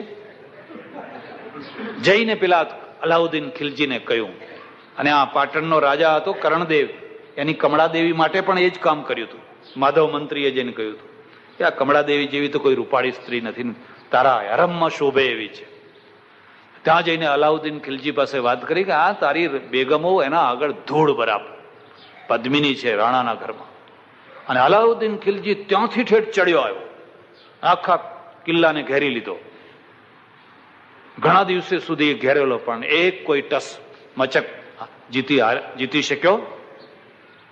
જ્યારે એને પાછા વળવાનું થયું ત્યારે પછી એને એક જ શરત મૂકી, મારી એક જ શરત છે કે પદ્મિની મને મોઢું બતાવે, મારે એનું રૂપ જોવું છે. પદ્મિનીએ કહ્યું હું મોઢું નહીં બતાવું.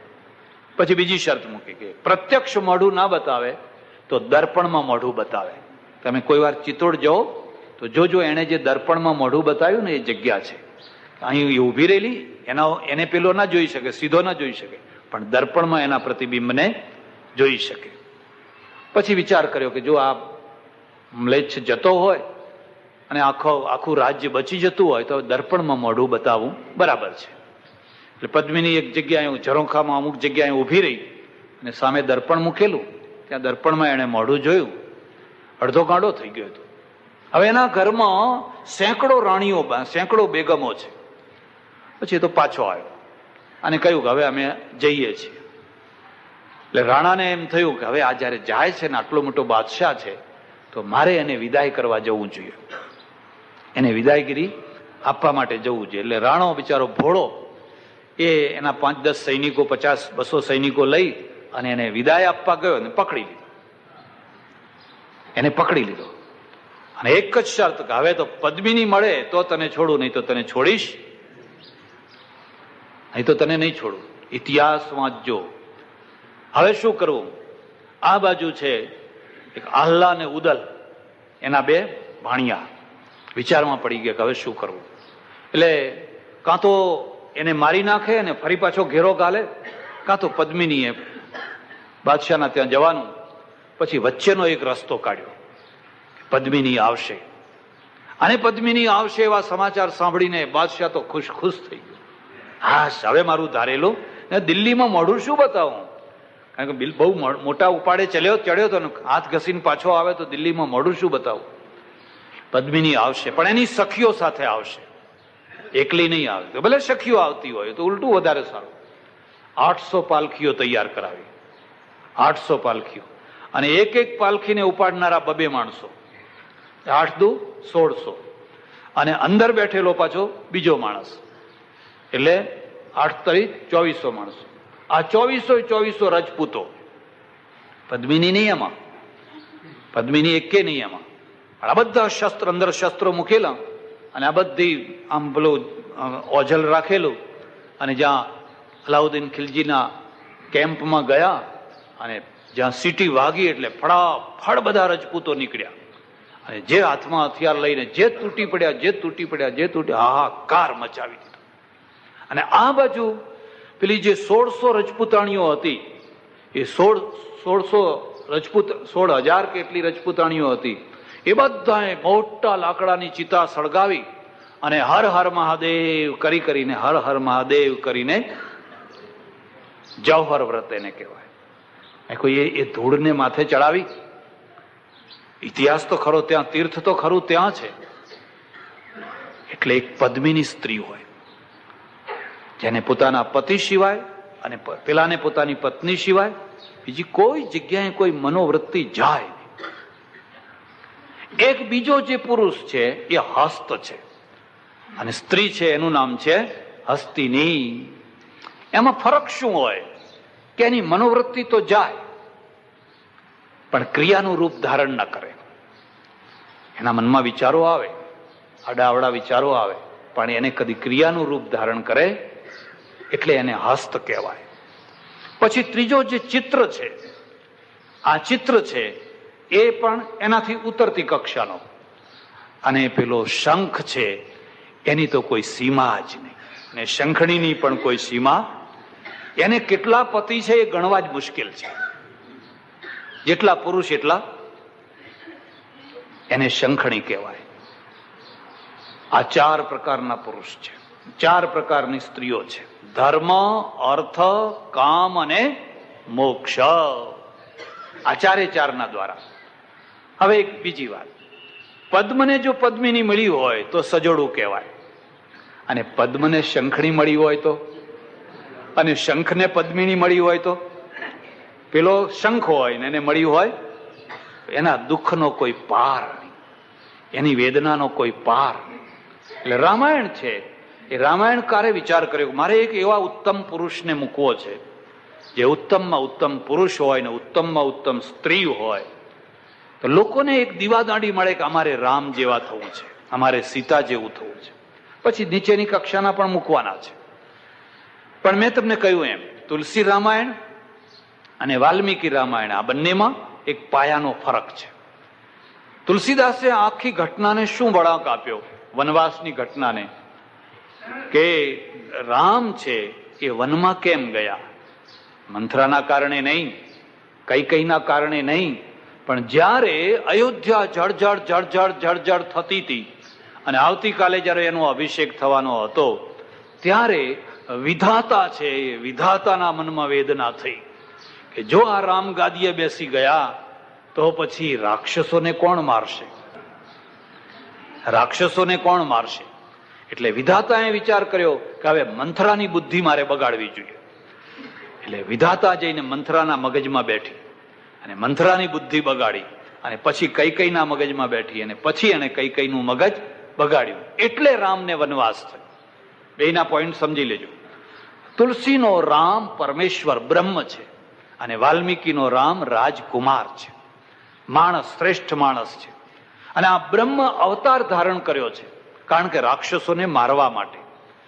પરમેશ્વર રાક્ષસોને મારે એમાં કોઈ મહત્વની વાત નથી, એ તો બહુ નાની વાત કહેવાય, બહુ નાની વાત કહેવાય કે આ લશ્કરનો બહુ મોટો જનરલ હોય અને આવીને 2, 5, 10 કીડીઓને મારી નાખે, 25, 50 કીડીઓના ઉપર બૂટ મૂકીને મારી નાખે.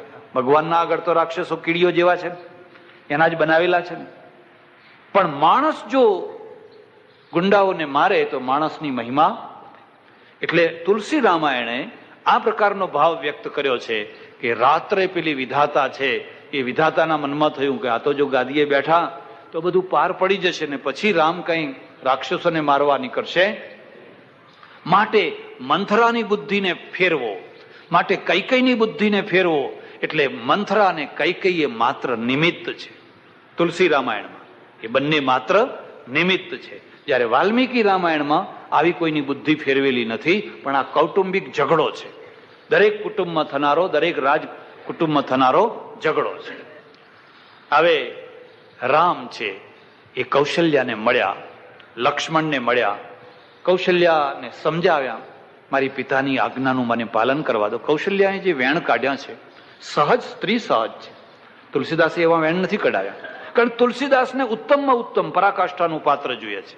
ત્યારે વાલ્મીકી રામાયણમાં જે પાત્ર છે એ ધરતી ઉપરનું પાત્ર છે, કે સારામાં સારું માણસ પણ કોઈ વાર ઉકળાટમાં એવું બોલી બેસે, ભલામાં ભલું માણસ પણ. મારા એક ઓળખીતા સજ્જન છે, બહુ ભક્ત છે, બહુ સારા માણસ, બહુ ભલા માણસ, બહુ મોટી પેઢી ચલાવે, ધર્માદા કામમાં ભાગ લે, સારા કામમાં ભાગ લે, અને એટલી ઈશ્વરની ભક્તિ કરે, એટલી ઈશ્વરની ભક્તિ કરે કે 9-10 વાગ્યા સુધી એનું ભજન પૂરું ન થાય ત્યાં સુધી વેપાર ધંધાની વાત કરે. પણ બન્યું એવું કે એમના પત્ની ગુજરી ગયા બહુ નાની ઉંમરમાં. ઘણા પ્રયત્નો કર્યા બચાવવા માટેના, ઘણા પ્રયત્નો કર્યા, પણ ગુજરી ગયા. અને ગુજરી ગયા, દુર્ભાગ્યવશ એ સમાચાર મારે જ બધી તૈયારી કરવી પડી. આ માણસનું મગજ ખોરવાઈ જશે. ધીરે ધીરે ધીરે મેં કહ્યું, ભાઈ આ તો કેસ સારોય થઈ જાય, પણ માનો કે સારો નાય થાય તો પણ આપણે બધી રીતે તૈયારી રાખવી ના, કે સારા થઈ જ જશે. મને ભગવાન ઉપર શ્રદ્ધા છે. મેં આખી જિંદગી ભગવાનને કેટલા દીવા કર્યા છે, કેટલી અગરબત્તીઓ કરી છે, કેટલા થાળ ધર્યા છે, કેટલા ભોગ લગાવ્યા છે. મને ભગવાન ઉપર પૂરેપૂરી શ્રદ્ધા છે. મેં કહ્યું ભગવાન ઉપર તો શ્રદ્ધા હોય જ, પણ બધી વાત આપણી ધારેલી થતી હોતી. એને જ્યારે ખાતરી થઈ ગઈ કે આ કેસ હવે બચવાનો નથી, એટલો આઘાત લાગ્યો, એટલો આઘાત લાગ્યો. ઘરમાંથી બધા ફોટા ફેંકી દો, આ દીવા, આ અગરબત્તીઓ, એ બધું ઉપાડીને ફેંકી દો, આ બધું ખોટું છે. આઘાત એવી વસ્તુ છે, આઘાત વાળા વ્યક્તિને વિવેક રહે.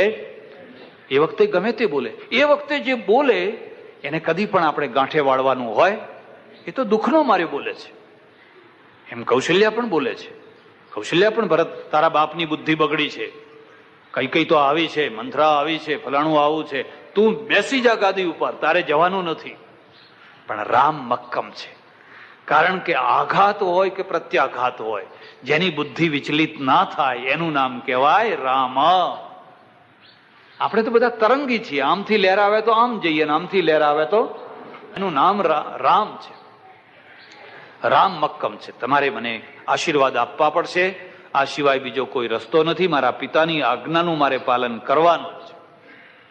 કૌશલ્યાએ જોયું, પછી તો ઠંડા થયા. એક બીજી વાત પણ યાદ રાખજો, ગમે એટલી ગરમી હોય પણ ગરમી ઉતરે કે ના ઉતરે, તાવ ઉતરે કે ના ઉતરે, આજ નહીં તો કાલ, કાલ નહીં તો પરમ દિવસે, ગમે એટલો માણસ ગરમ થયો હોય, ધીરજ રાખો, ધીરજ રાખો. એ ઠંડો થવાનો જ છે, અને ઠંડો થશે ત્યારે એના મૂળ રૂપમાં આવશે. એ ગરમ હોય ત્યારે એને છંછેડો નહીં, અને ત્યારે ને ત્યારે છંછેડો શું મળે? મણમંડી જ મળે ને. તો શું કામ છંછેડો છે? ખસી જાઓ અત્યારે. હવે એક બહુ મુશ્કેલ કામ. લક્ષ્મણને સમજાવવો સરળ હતો, કૌશલ્યાને સમજાવવી સરળ હતી, પણ આ 16 શણગાર સજીને ઉભેલી જે સીતા છે, ચક્રવર્તી મહારાણી થવા માટે એના અરમાન કેટલા હોય. સ્ત્રીના અરમાન પુરુષને એટલું બધું ના હોય, પત્નીને વધારે. તમે નવી નવી ગાડી લાવો તો પુરુષને કઈ પડી ના હોય, પણ પેલી શેઠાણીને તો અમથું અમથું ફરવાનું મન થાય, અને અમથું અમથું, કારણ કે એના બહુ મોટા, એની લાગણીઓ ઘણી ઊંચી હોય. રામ જયારે સીતા પાસે ગયા તો એ તો શણગાર સજીને બધું, આમ બધું કહેવાય ને, બધું સજીને તૈયાર થઈને ઉભેલા અભિષેક માટે. રામે કહ્યું, સીતા તે શણગાર બહુ સરસ સજ્યા છે, પણ માનો કે આ શણગાર અત્યારે ઉતારવાના થાય અને વલકલ પહેરવાના આવે તો? આવા ટાઈમે આવું બોલાતું હશે એમ કે તમે શું બોલો છો? બોલવાનો ટાઈમ હોય કે નહીં? અરે રામ રામ બોલવાનો ટાઈમ હોય. હે રામ રામ. કોઈ લગ્નની ચોરીમાં બેઠું હોય અને મહારાજ વેદ મંત્રો બોલાવતા હોય ને આપણે જઈને કહીએ કે રામ બોલો ભાઈ રામ. રામનું જ નામ છે ને, પણ આપણે કહીએ કે આ રવા દો, રામ બોલો ભાઈ રામ. તો પેલા ચોરીમાં બેઠેલા માણસો શું તમારું સ્વાગત કરવા દોડે? તમે અત્યારે વલકલ પહેરવાની વાત કરો છો. કેટલા ઉમંગ, કેટલો અરમાન છે મને. રામ કે સીતા તું સમજ, પતિ કોનું નામ કહેવાય? જે પત્નીને સમજાવી શકે એનું નામ પતિ કહેવાય. અને પત્ની કોનું નામ કહેવાય? જે પતિને સાચી વાત સમજાવી શકે એનું નામ કહેવાય પત્ની. પ્રસંગ છે એટલે જરા હું ઉદાહરણ આપી દઉં. જો કે બહેનોને ગમે કે ના ગમે એ ભગવાન જાણે, અને ગમે કે ના ગમે છતાંય વાત મને યાદ આવી ગઈ એટલે કીધા વિના રહેવાશે. પત્નીના 4 રૂપ છે: બકરી જેવી, કૂતરી જેવી, ગાય જેવી, વાઘણ જેવી. હવે તમે સમજી જાઓ તમારા ઘરમાં શું છે. બકરી હોય ને એને આખો દિવસ તમે કાન પકડો, આમ કરો, તેમ કરો, એ બિચારી બે બે બે બિલકુલ હાવ ગરીબડી. અને જે બહુ ગરીબડું હોય ને એના ઉપર બહુ ત્રાસ હોય, એના ઉપર બહુ ત્રાસ હોય. એટલે કેટલાકના ઘરમાં તમે જુઓ તો બકરી બાંધી હોય, અવાજ જ નહીં, બોલી ના શકે, દબાયેલી ને દબાયેલી. જ્યારે જુઓ ત્યારે દબાયેલી ને એનો પતિએ દબાવે, એની સાસુ દબાવે, એની ફલાણું દબાવે, એને બધાય દબાવે, કારણ કે બકરી છે, શું કરે. કેટલીક છે ને કૂતરી જેવી હોય, એ 2 કામ કરે: ભસ ભસ કરે અને પછી ટવ ટવ કરે. આખો દાડો ભસ ભસ કરે અને રાત પડે એટલે ટવ ટવ નો અર્થ સમજ્યા? રો રો કરે. ભસવું ને રડવું, ભસવું ને ક્યારે? જયારે લોકો ભેગા થયા હોય ત્યારે. મહેમાન આવે ત્યારે ભસવાનું, અને માણસો ભેગા થયા હોય ત્યારે રડવાનું, અને માણસોને ભેગા કરવા માટે રડવાનું. હવે આ પુરુષને કોઈ સુખી પુરુષ કહી શકે ખરો? આખો દિવસ જયારે જુઓ ત્યારે ભસ ભસ ભસ ભસ ભસ ભસ, બોલ બોલ. એની જીભ બંધ નથી રહેતી, એને ભાન નથી મારાથી આવું બોલાય કે ના બોલાય. 2 મિનિટ તો બંધ રહે, પણ ભાઈ એનો દોષ નથી. એક બેન મને આવીને મને કે, મહારાજ મારો હાથ જુઓ ને. મેં કહું ભાઈ હું હાથ બાત તો જોતો નથી, પણ ના એમ કે જુઓ તો ખરા, ગયા જન્મે હું શું હતી? મેં કહ્યું વીછણ. કે કેવી રીતે તમને ખબર પડી? મેં આ ડંખ જો ને કેટલા વાગ્યા છે. પેલા બિચારાને આખો દાડો ડંખ માર માર કરે, ડંખ માર માર કરે. એક ગાય જેવી હોય. ગાય જેવી હોય એટલે શું? એનામાં વ્યક્તિત્વ હોય, પર્સનાલિટી હોય, પણ ગાય જેમ મર્યાદામાં ખીલે બંધાયેલી રહે. ગાય શિંગડું મારે પછી જરૂર પડે ત્યારે એવી હોય. આ રબારીને પૂછી જોજો, એ 200 ગાયો હોય, 100 ગાયો હોય, અને કોઈ 50 માણસો એને મારવા દોડ્યા હોય, ગાયના વચ્ચે પેસી જાય, ગાય એને મારવા દે? એની નિશ્ચિત ઈશારો હોય. આમ કરીને જો ઉશ્કેરી મૂકે ને તો લશ્કર થઈ જાય. આખી ગાયો સિંહના સામે થઈ જાય. પેલો ગોવાળ વચ્ચે જતો રહે ને સિંહના સામે થઈ જાય. એક પત્ની છે ને એક ગાય જેવી હોય. આમ નમ્ર, વિનય, દયાળુ, દૂધ આપે, બધાની સેવા કરે, બધુંય કરે. પણ જો તમે કે બહારનો માણસ કે ગમે તે માણસ ગમે તે રીતે એને દબાવવા માંગે તો એને સિંગડાય છે પાછું, અને સિંગડે ચડાવે તો પછી ભગવાન બચાવે. એટલી બહાદુર છે. પણ એક વાઘણ જેવી હોય, ઝાંસીની રાણી જેવી. કોના જેવી? ઝાંસીની રાણી જેવી. અરે એના પતિનું રક્ષણ કરે, એના ઘરનું રક્ષણ કરે. અમે યાત્રાએ ગયેલા તો બધી ભાઈઓ અને બહેનો બધી ઘણા, એમાં એક બેન હતી 55-60 વર્ષની વિધવા.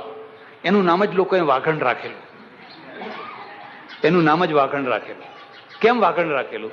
ટિકિટો જોઈતી હોય, કઈ ફલાણું જોઈતું હોય, ફલાણું જોઈતું હોય, પૈસા એને આપવાના. ગમે એવી લાઈન હોય ને ટિકિટ લઈ આવે બધી, ગમે ત્યાં ગમે તેના માથાકૂટ કરી નહીં, ડરે નહીં, જગ્યા કરી લે પોતાની. હવે પેલી બકરી તો બે બે કરીને ઉભી હોય, એનું પોટકું કોઈ ખેંચી લાય તો ઉભી ઉભી રડવા લાગે. એનો દોરો કોઈ તોડીને નાસી જાય તો એ બોલીએ ન શકે મારો દોરો બચાવો બચાવો, ઉભી ઉભી રડતી હોય. પછી 5 મિનિટે કંઈક દોરો તૂટી ગયો છે, પણ પહેલા કહ્યું હોત તો કંઈક દોડો તે ખરા. શું કરે બિચારી? બકરી છે આ તો, પેલી વાઘણ છે, વાઘની માફક. એટલે તમે જુઓ એવી કેટલી સ્ત્રીઓ છે, પુરુષ ના હોય તો પોતાનું ઘર ચલાવે, પોતાની પેઢી ચલાવે, દુકાન ચલાવે, રાજપાટ ચલાવે, આખું રાજપાટ ચલાવે. એટલી એનામાં શક્તિ હોય. આ વિચાર. ચાલો હવે બીજી વાત પણ કહ્યું. આવું જ પુરુષોનું સમજી લેજો, એકલી બહેનોનું જ નહીં પાછું, 4 સમજી લેજો. સ્ત્રી પત્ની એટલે શું? પત્નીના 2 રૂપ છે. એકનું નામ છે ઉપાધિ અને બીજાનું નામ છે વિશ્રાંતિ. એક આવી એટલે ઘરમાં ઉપાધિ આવી. જ્યાં પગ મૂક્યો નહીં કે એ દિવસથી તમારે ઉપાધિ ચાલુ થઈ. હવે ઉપાધિ ક્યારે પૂરી થશે? જ્યારે દેવલોક થાય ત્યારે. ત્યાં સુધી તમારે ઉપાધિ ઉપાધિ ને ઉપાધિ. એ દુઃખ નતું, ડોબું આણી. એ ડોબા માટે નથી કહ્યું, હો, માણસ માટે કહ્યું છે. ઉપાધિ એનું રૂપ છે. એક વિશ્રાંતિ છે. અને વિશ્રાંતિનો અર્થ શું છે?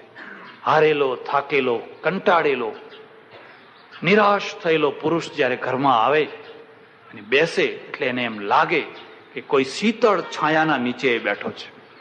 એ આવે એને સાથે જ એને પાણી આપે, બેસાડે, એને જે જરૂર હોય આપે, એને સારામાં સારી રસોઈ કરીને જમાડે, એને શાંતિથી બધું પૂછે, એને હિંમત આપે. દેવું થઈ ગયું હોય તો પૂછે, દુશ્મનો વધ્યા હોય તો હિંમત આપે, ચિંતા ના કરશો, દાગીના કાઢી આપે, લો તમે જ મારો દાગીનો છો, તમે નહીં હો તો આ દાગીના શું કામમાં આવવાના હતા. આ વિશ્રાંતિ છે. અને એટલે પુરુષના પણ બે નામ છે. પુરુષના પણ બે નામ છે. એક પુરુષ છે, એનું નામ છે કસાઈ. એ પરણીને આવે ને એ પહેલા દિવસથી કસાઈ વેળા શરૂ કરે ને, ધીબા ધીબ, ઝૂડ ઝૂડ ને ઝૂડ, ઝૂડ ઝૂડ ને ઝૂડ. અને આપણો સમાજ એવો છે, કોઈને મારતા ને છોડાવી ન શકાય. તમે બાજુમાં રહેતા હો ને છોડાવવા જાઓ તો કે તમારે શું, મારા માણસને મારું છું ને. તારું માણસ એટલે કઈ મારવા થોડું લાવેલો છે. અને આજુબાજુ આ બધા નમાલા માણસો રહેતા હોય એટલે વિચાર કરે કે હવે જવા દો ને, આપણે પછી ક્યાં ઉપાધિમાં પડીએ. કોઈ હિંમત વાળો માણસ રહેતો હોય તો એને જ બે લગાવે. આ પત્ની છે કે મારવા માટે આણેલી થોડી છે. તો એક પતિ છે ને એક કસાઈ છે. મારે આશ્રમમાં એકવાર એક બહેન આવી, મહારાષ્ટ્રીયન બેન. એના ચહેરા ઉપરથી ભિખારણ, પણ એના ચહેરા ઉપરથી ખ્યાલ આવી ગયો કે આ કોઈ સારા ઘરની છોકરીઓ હોવી જોઈએ. કર્મ છુપે નહીં બભૂત લગાયા. કવિ ગંગ કહે સુન શાહ અકબર, કર્મ છુપે નહીં બભૂત લગાયા. મને કે સ્વામીજી એક સાડી દે દો, એક સાડી દે દો. છોકરું તેડેલું, મેં એને કોઈ બેસ, નીચે બેસ, બેસાડી. તું કોણ છે? મને કે મત પૂછો. मैं कौन हूं, क्या हूं, ये मत पूछो, एक गरीब भिखारण हूं, मेरे को एक साड़ी दे दो. बोल, तारे जे तारी कथा હોય મને કે. એક બીજી વાત યાદ રાખજો, જેના અંદર બહુ કથાઓ ભેગી થઈ હોય, બધી ઘણી વાતો ભેગી થઈ હોય અને કોઈ સાંભળનારું ના મળતું હોય, સુપાત્ર, તો એ પેલી બધી વાતો અંદર ને અંદર એને દુઃખ દેતી હોય. એ વાતો જયારે ઠાલવવાની જગ્યા મળે ને એટલે એને બહુ શાંતિ મળે. ને પછી તો એનો પેલો બંધ હતો એ તૂટી. ખૂબ રડી, ખૂબ રડી. મને કે હું મહારાષ્ટ્રની છું અને મારો પતિ છે સાવંત કરીને, એ મિલિટરીનો મોટામાં મોટો કેપ્ટન હતો. 6,000 રૂપિયાનો પગારદાર એ જમાનામાં. 6,000 રૂપિયાનો મારો પતિ, 6,000 રૂપિયાનો પગારદાર.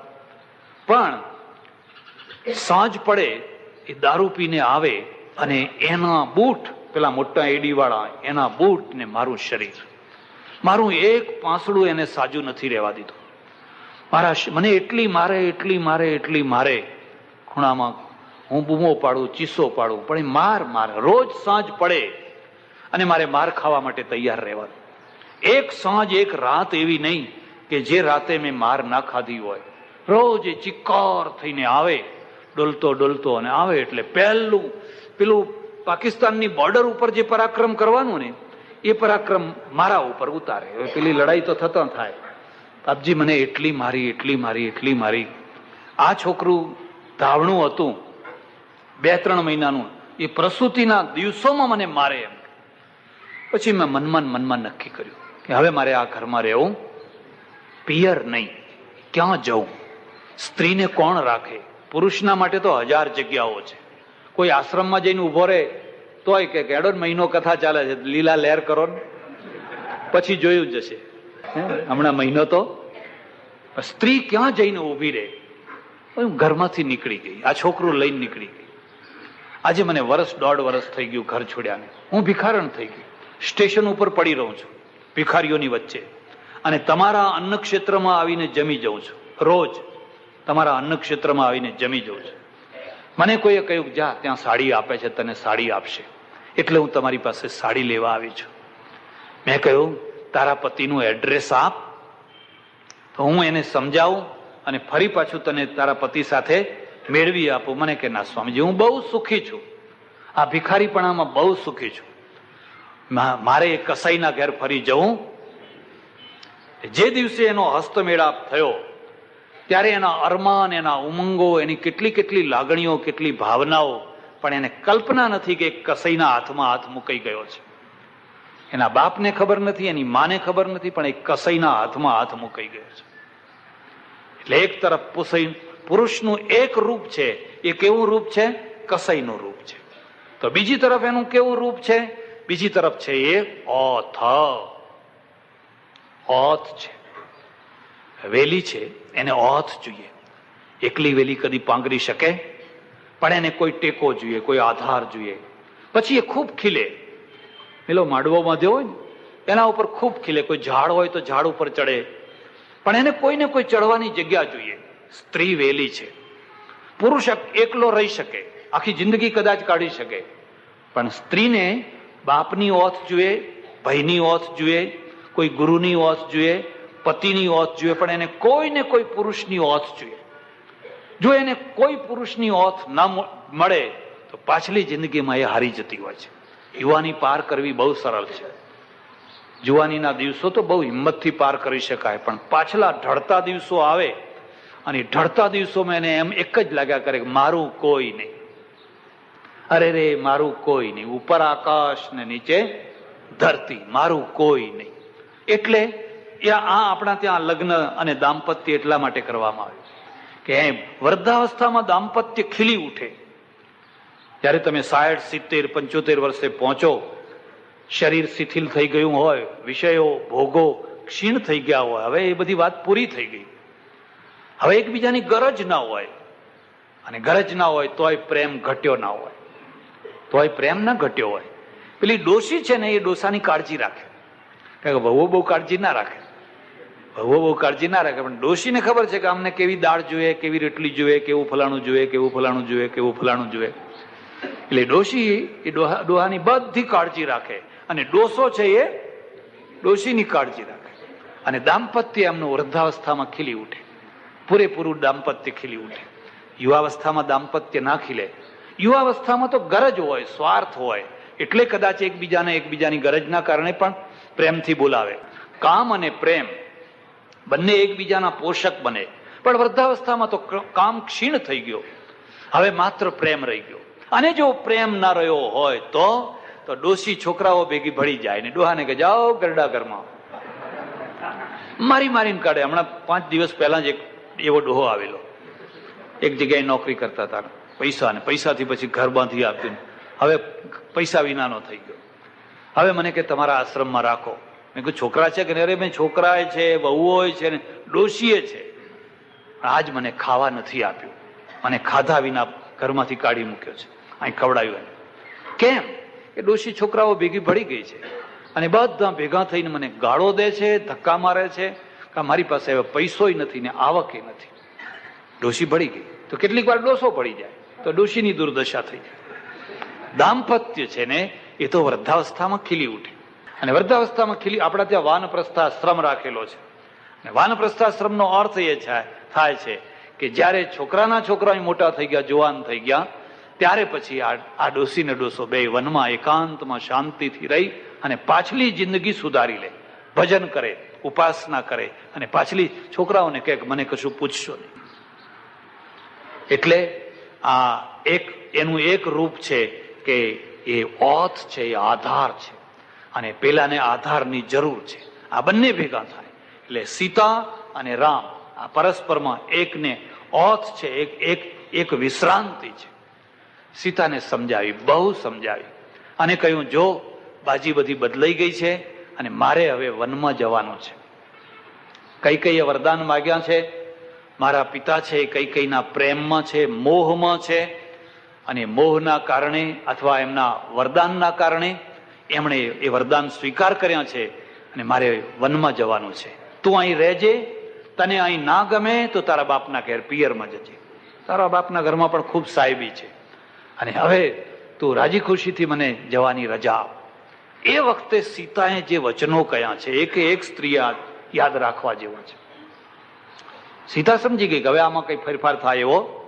સીતાએ કહ્યું, એક તરફ દુનિયાના તમામે તમામ સુખો છે એક ત્રાજવામાં મૂકવામાં આવે, અને બીજી તરફ માત્ર પતિનું સુખ મૂકવામાં આવે, તો જે પતિવ્રતા સ્ત્રી છે એના માટે આ બધા સુખોના કરતા પતિનું સુખ ઘણું મોટું છે. પતિ ના હોય ને બંગલો હોય, પતિ ના હોય અને સોનાના દાગીના હોય, પતિ ના હોય ને બધું સર્વસ્વ હોય, શું કરશો? તમે વિધવાઓને જોઈ છે? એકલી ઘરમાં બેઠી હોય, ઐશ્વર્ય હોય, ધનધાન્ય હોય, ઈંડોળા હોય, પણ કરવું શું? એટલે હું તમારી સાથે આવીશ, મને મૂકીને તમે વનમાં જશો? તો રામ કહે છે, પણ તને ખબર છે વન કઈ મહેલ નથી, ત્યાં કાંટા, કાંકરા, જાનવરો, રાક્ષસો તમરા બોલતા હોય, લાઈટ ન હોય, નળ ન હોય. અહીંયા તો એક દિવસ કામવાળી નથી આવી, કામવાળી નથી આવી. ત્યાં તો બધું આપણે જાતે, ખાવાનું ઠેકાણું ન હોય, જે લુખું સુખું જેવું તેવું મળે એ બધું ખાવાનું હોય. અને એટલા દુઃખોનું વર્ણન કર્યું, એટલા દુઃખોનું વર્ણન કર્યું કે આટલા બધા દુઃખો છે, તું વનમાં ના આવીશ? તારું શરીર તો ફૂલથી એ કોમળ છે અને આ વનના દુઃખ સહન કરી શકે, માટે તું અહીં અયોધ્યામાં રહે, હું એકલો વનમાં જઈશ. સીતા કે ના, હું અયોધ્યામાં રહી શકું જ નહીં. મારા માટે કાંટા બરાબર, કાંકરા બરાબર, બધા દુઃખ બરાબર, પણ પતિના વિયોગના જેવો મોટો કોઈ કાંટો નથી, પતિના વિયોગ જેવું કોઈ મોટું દુઃખ નથી. હું તમારી સાથે આવીશ. રામે કહ્યું, ભલે ત્યારે સાથે આવવું હોય તો તું એ તૈયાર થા. આ જે જરીના કપડાં પહેર્યા છે, જરીની સાડીઓ પહેરી છે, આ જે શણગાર સજા છે બધા ઉતારી નાખ અને વલકલ પહેરી લે. ભાઈ ત્રણેય તૈયાર થયા, રામ, લક્ષ્મણ અને સીતા, ત્રણ તૈયાર થયા. દશરથ પાસે ગયા. દશરથની પાસે સુમંત છે, વશિષ્ઠ આવી ગયા છે, અને જોત જોતામાં બહાર સમાચાર ફેલાઈ ગયા છે કે આ રાજ્યાભિષેક બંધ રહ્યો, રાજ્યાભિષેક બંધ રહ્યો, રાજ્યાભિષેક બંધ રહ્યો. રામ વનમાં જાય છે, સીતા વનમાં જાય છે. જે પ્રજા હાથમાં બધી વસ્તુઓ લઈને આવેલી આપવા માટે, એ પ્રજાનો કેટલો કકળાટ, જ્યાં જુઓ ત્યાં અશાંતિ, અશાંતિ, અશાંતિ, ઉદ્વેગ, ઉદ્વેગ, ઉદ્વેગ. એ ત્રણેય આવીને દશરથ પાસે ઉભા રહ્યા અને દશરથને કહ્યું, પિતાજી આજ્ઞા આપો, હવે તમે જેમ કહેશો એમ અમે કરશું. કઈ કહે છે, દશરથ કશું બોલવાના નથી, એ શું બોલવાનું એ બધું મને કહ્યું છે. આ વસ્ત્રો બધા ઉતારી નાખો અને વલકલ પહેરો, જટા બાંધો. સારા કપડે જાય તો વળી પાછા કોઈ રાજકુમાર સમજીને કોઈ એમના સાથે થઈ જાય, એટલે તરત ને વલકલ લાવવા કઈ કે મેં તૈયાર રાખ્યા તમારા માટે. કેટલાક લોકો એવા હોય ને, મર્યા પહેલા ખાપણ પડોશી માટે તૈયાર રાખે, એ મર્યો ના હોય અને એના માટે બધું કફન ને ખાપણ ને બધું તૈયાર રાખ્યું હોય. મેં બધા તૈયાર રાખ્યા છે. રામને વલકલ પહેરાવ્યા, લક્ષ્મણને વલકલ પહેરાવ્યા. હવે કોઈ દિવસ વલકલ પહેરેલા નહીં અને રેશમી વસ્ત્રો પહેરેલા. હવે એ વલકલ પહેરવા કેવી રીતે, બાંધવા કેવી રીતે, એ તો બધું અક્કડ હોય, શરીર છોલાઈ જાય એવા કપડા, એવા વલકલ છાલ હોય. અને છતાંય રામે વલકલ પહેર્યા, લક્ષ્મણે વલકલ પહેર્યા. સીતાજીને વલકલ પહેરવાનો પ્રસંગ આવ્યો, રામનું હૃદય કકડી ઉઠ્યું. આ મારી પત્ની છે, મેં એને કેટલા લાડ લડાવ્યા છે, મેં એના કેટલા અરમાન પૂરા કર્યા છે, ને આજ હવે આ રેશમી વસ્ત્રો, આ સાડીઓ ઉતારીને આ વલકલ પહેરશે કેવી રીતે? એટલે રામે કહ્યું, એક કામ કર સીતા, તું એ રેશમી સાડીના ઉપર જ વલકલ પહેરી લે. ત્યારે એ બધું કાઢવાનું રહેવા દે અને એના ઉપર જ વલકલ પહેરી લે. એટલે કઈ ના, એવું ના ચાલે, શરત પૂરી કરો. એટલે દશરથને આઘાત લાગે છે. એ શંખણી, તું જરા વિચાર કર, તે વન માગ્યું છે રામ માટે, કઈ સીતા માટે તો વન માગ્યું, તો પછી સીતાને શું કામ દુઃખ દેશે તું? પણ જયારે દુઃખ દેવા ઉભી થઈ છે એટલે પાછું વળીને જોતી સીતાને વલકલ પહેરાવ્યો, રથ તૈયાર કરાવ્યો, બધા જે કઈ સાધનો જોઈએ એ બધા તૈયાર કરાવ્યા. અને રામ, લક્ષ્મણ અને સીતા વારંવાર દશરથને પગે લાગ્યા. અને દશરથને કહે છે, રામ તમે ચિંતા ના કરશો, હું 14 વર્ષ વનમાં રહીશ, તમારી આબરૂને, તમારા વચનને, તમારા વ્યક્તિત્વને, સૂર્યવંશને, રઘુવંશને હું જરાય હલકો પડવા દઈશ. ભરતને બોલાવજો, એને ગાદીએ બેસાડજો. કૌશલ્યા જેવા મારા માં છે એવા કૈકેયી પણ મારા એટલા જ માતા છે. મને કૌશલ્યામાં ને કૈકેયીમાં જરાય ફરક દેખાતો. એટલે કૈકેયી શું કહે છે કે આ તો ચાવવાના જુદા અને બતાવવાના. એની આખી દ્રષ્ટિમાં જ પીડીઓ આવી ગયો છે. સુમંતને કહ્યું રથ તૈયાર કરો.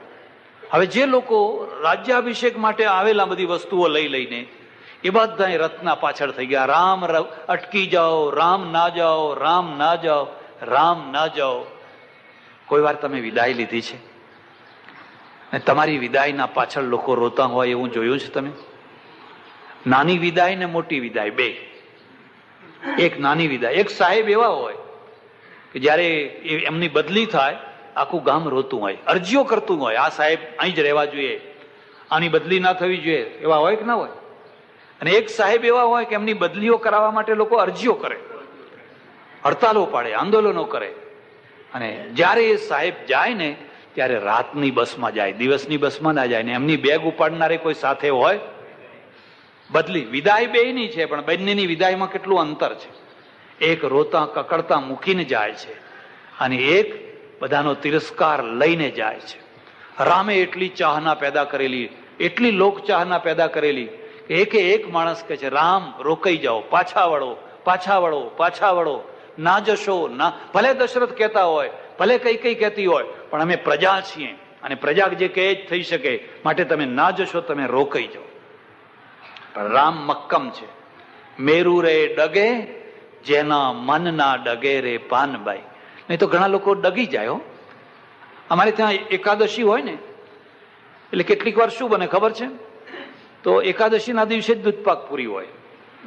કોઈ તિથિ હોય, કોઈનો જમણવાર હોય ને એટલે તે દિવસે જ દૂધપાક પૂરી હોય.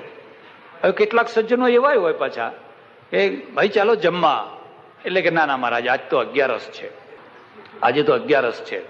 એટલે હું કહું કે 11 તો ખરી, પણ આજ દૂધપાક પૂરી છે. એટલે દૂધપાક પૂરીનું નામ સાંભળે એટલે થોડાક ઢીલા થાય. અને હું પછી શું કહું, અરે ખરી 11 તો કાલ છે, આજ ખરી 11 નથી, પણ ખરી 11 તો આપણો ધર્મ તો બહુ સગવડિયો, 2 11 બે બધું બબે. આજ ગમે તો આજ કરો ને કાલ ગમે તો. મને કે હા મહારાજ કાલ છે? અમે તો ખરી 11 તો કાલ છે. તો કે ચાલો તમારું વચન માથા ઉપર. હવે ખરું વચન માથા ઉપર કેમ છે? પેલા દૂધપાક પુરીમાં મેરુ રે ડગે જેના મન ના ડગે રે પાનબાઈ. મરને ભાંગી પડે ભરમાંડ, વિપત્યું પડે તોય વણસે નહીં પાનબાઈ. એ હરિ ગુરુના પરમાણ, મેરુ રે ડગે જેના મન ના ડગે રે. રામ મક્કમ છે. અયોધ્યાના માણસો ને બધાને એમને એમ રામે સુમંતને કહ્યું રથ હાકો. સુમંતે રથ ચલાવ્યો. પાછળથી લોકો શું કહે છે? રથ ઉભો રાખો, રથ ઉભો રાખો. રામ શું કહે છે? રથ હાકો, રથ હાકો. હવે સુમંત મુશ્કેલમાં પડી ગયો કે આ રામનું માનવું કે આ પેલાનું માનવું. બે વાક્યો, એક કે છે હાકો અને એક કે છે ઉભો રાખો. એક કે છે હાકો ને એક કે છે ઉભો રાખો. રામ કે છે હવે વાર ના કરો, આ લોકો બધા કકડ કરી રહ્યા છે ને જો વધારે કંઈ થયું તો રથના આગળ ફરી વળશે, રથની આગળ જઈને સૂઈ જશે અને પછી મારાથી રથ હાકી શકાશે. પછી આ જે ચોઘડિયું છે, કયું પુષ્ય નક્ષત્ર જે ગાદીએ બેસવાનું છે, એ પુષ્ય નક્ષત્ર વીતી જશે, મારે એને વનમાં લઈ જવાનું નક્ષત્ર બનાવવાનું છે, માટે તું રથ હાક. રામે રથ હાક્યો, અરે સુમંતે રથ હાક્યો અને આખી અયોધ્યાની વસ્તી પાછળ ને પાછળ. એ રામ ઉભારો, એ રામ ઉભારો. પેલા સુમંત રથ ધીમે હાક, ધીમે હાક. એવા વિચારા ઘણા વાહ વાળા માણસો, કોઈના પગ લંગડા, કોઈના હાથ લંગડા, કોઈનું છોકરું કઈ, પણ બધા ભાન ભૂલીને પાછળ ને પાછળ જાય છે. દિશાઓ રડી રહી છે, હવા રડી રહી છે, આકાશ રડી રહ્યું છે, અયોધ્યા રડી રહી છે, વૃક્ષો રડી રહ્યા છે. ચારે તરફ જુઓ તો વૃક્ષો છે ને વૃક્ષો પણ બૂમો પાડી રહ્યા છે, રામ અટકી જાઓ, રામ અટકી જાઓ, રામ અટકી જાઓ. એક ટાઈમ હતો જ્યારે ભગવાન કૃષ્ણ જમુનાના કિનારે વાંસળી વગાડતા ત્યારે જમુના થંભી જતી, ગાયો ચરવાનું છોડી દેતી અને વાંસળીમાં તલ્લીન થઈ જતી. વૃક્ષોને હવાઓ અટકી જતા, ત્યારે આજે એ જ વૃક્ષો છે એ રામને વિદાય થતા રામના વિયોગની અંદર બધા ઝૂરી રહ્યા છે. અને રામ કહે છે, સુમંત રથ હાક, મારે હવે પાછું વળીને અયોધ્યાના સામુ જોઉં. જે નગરી માટે મને મારા પિતાએ કહ્યું કે 14 વર્ષ સુધી આ નગર સામે ના જોઈશ અને વનમાં ને વનમાં ભટકજે, રખડજે. મારી શોકે મારી સાવકી માતાએ કહ્યું એ નગરમાં હવે મારે રહેવું. અને સુમંતે રથ હાંકી દીધો. બંને ચાલ્યા ચાલ્યા ચાલ્યા અને સાંજ પડીને પહેલી રાત આવી. હવે આ પહેલી રાતે ઉતારાની કોઈ વ્યવસ્થા નહીં. ઉતરવું કેવી રીતે, ક્યાં ઉતરવું ને શું કરવું? વાલ્મીકી રામાયણ કહે છે કે પહેલી રાત રામે કેવી રીતે કાઢી, એકે એક પૈસાદાર માણસે એ રાતને સમજવા જેવી છે. કોઈ વાર આવાય દિવસો આવે ને કોઈ વાર એવાય દિવસ આવે. કોઈ દિવસ અભિમાન કરાય, છત્રી પલંગ ઉપર સુનારને પાંદડા ઉપર સુવાના દિવસો પણ આવે, ને છતાંય રામનો ચહેરો એવો ને એવો છે. એ ચહેરા ઉપર જરાય કોઈ ગ્લાની કે કેશ આવ્યો. અંબે માત કી, ઉમિયા માત કી. બહેનોને સૂચના, બધી બહેનો બેસી રહે. પહેલા પુરુષોને જવાનું છે, પુરુષો ગયા પછી બહેનોને જવાનું છે. ત્યાં સુધી બહેનોએ ધૂન કરવાની છે. કોઈ પણ બેન પહેલા ઊભી ના થાય. સદગુરુ દેવ નમઃ પાર્વતી પતે હર હર મહાદેવ હર. જય અંબે માં, જય અંબે.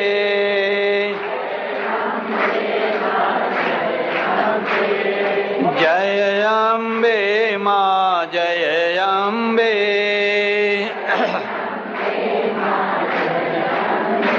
એ જય અંબે માં, જય અંબે.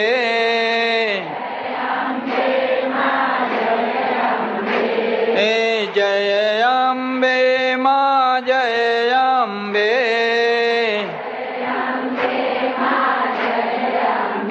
એ જય અંબે માં, જય અંબે.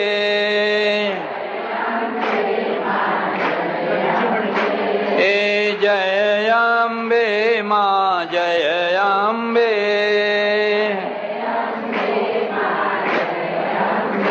એ જય અંબે માં, જય અંબે.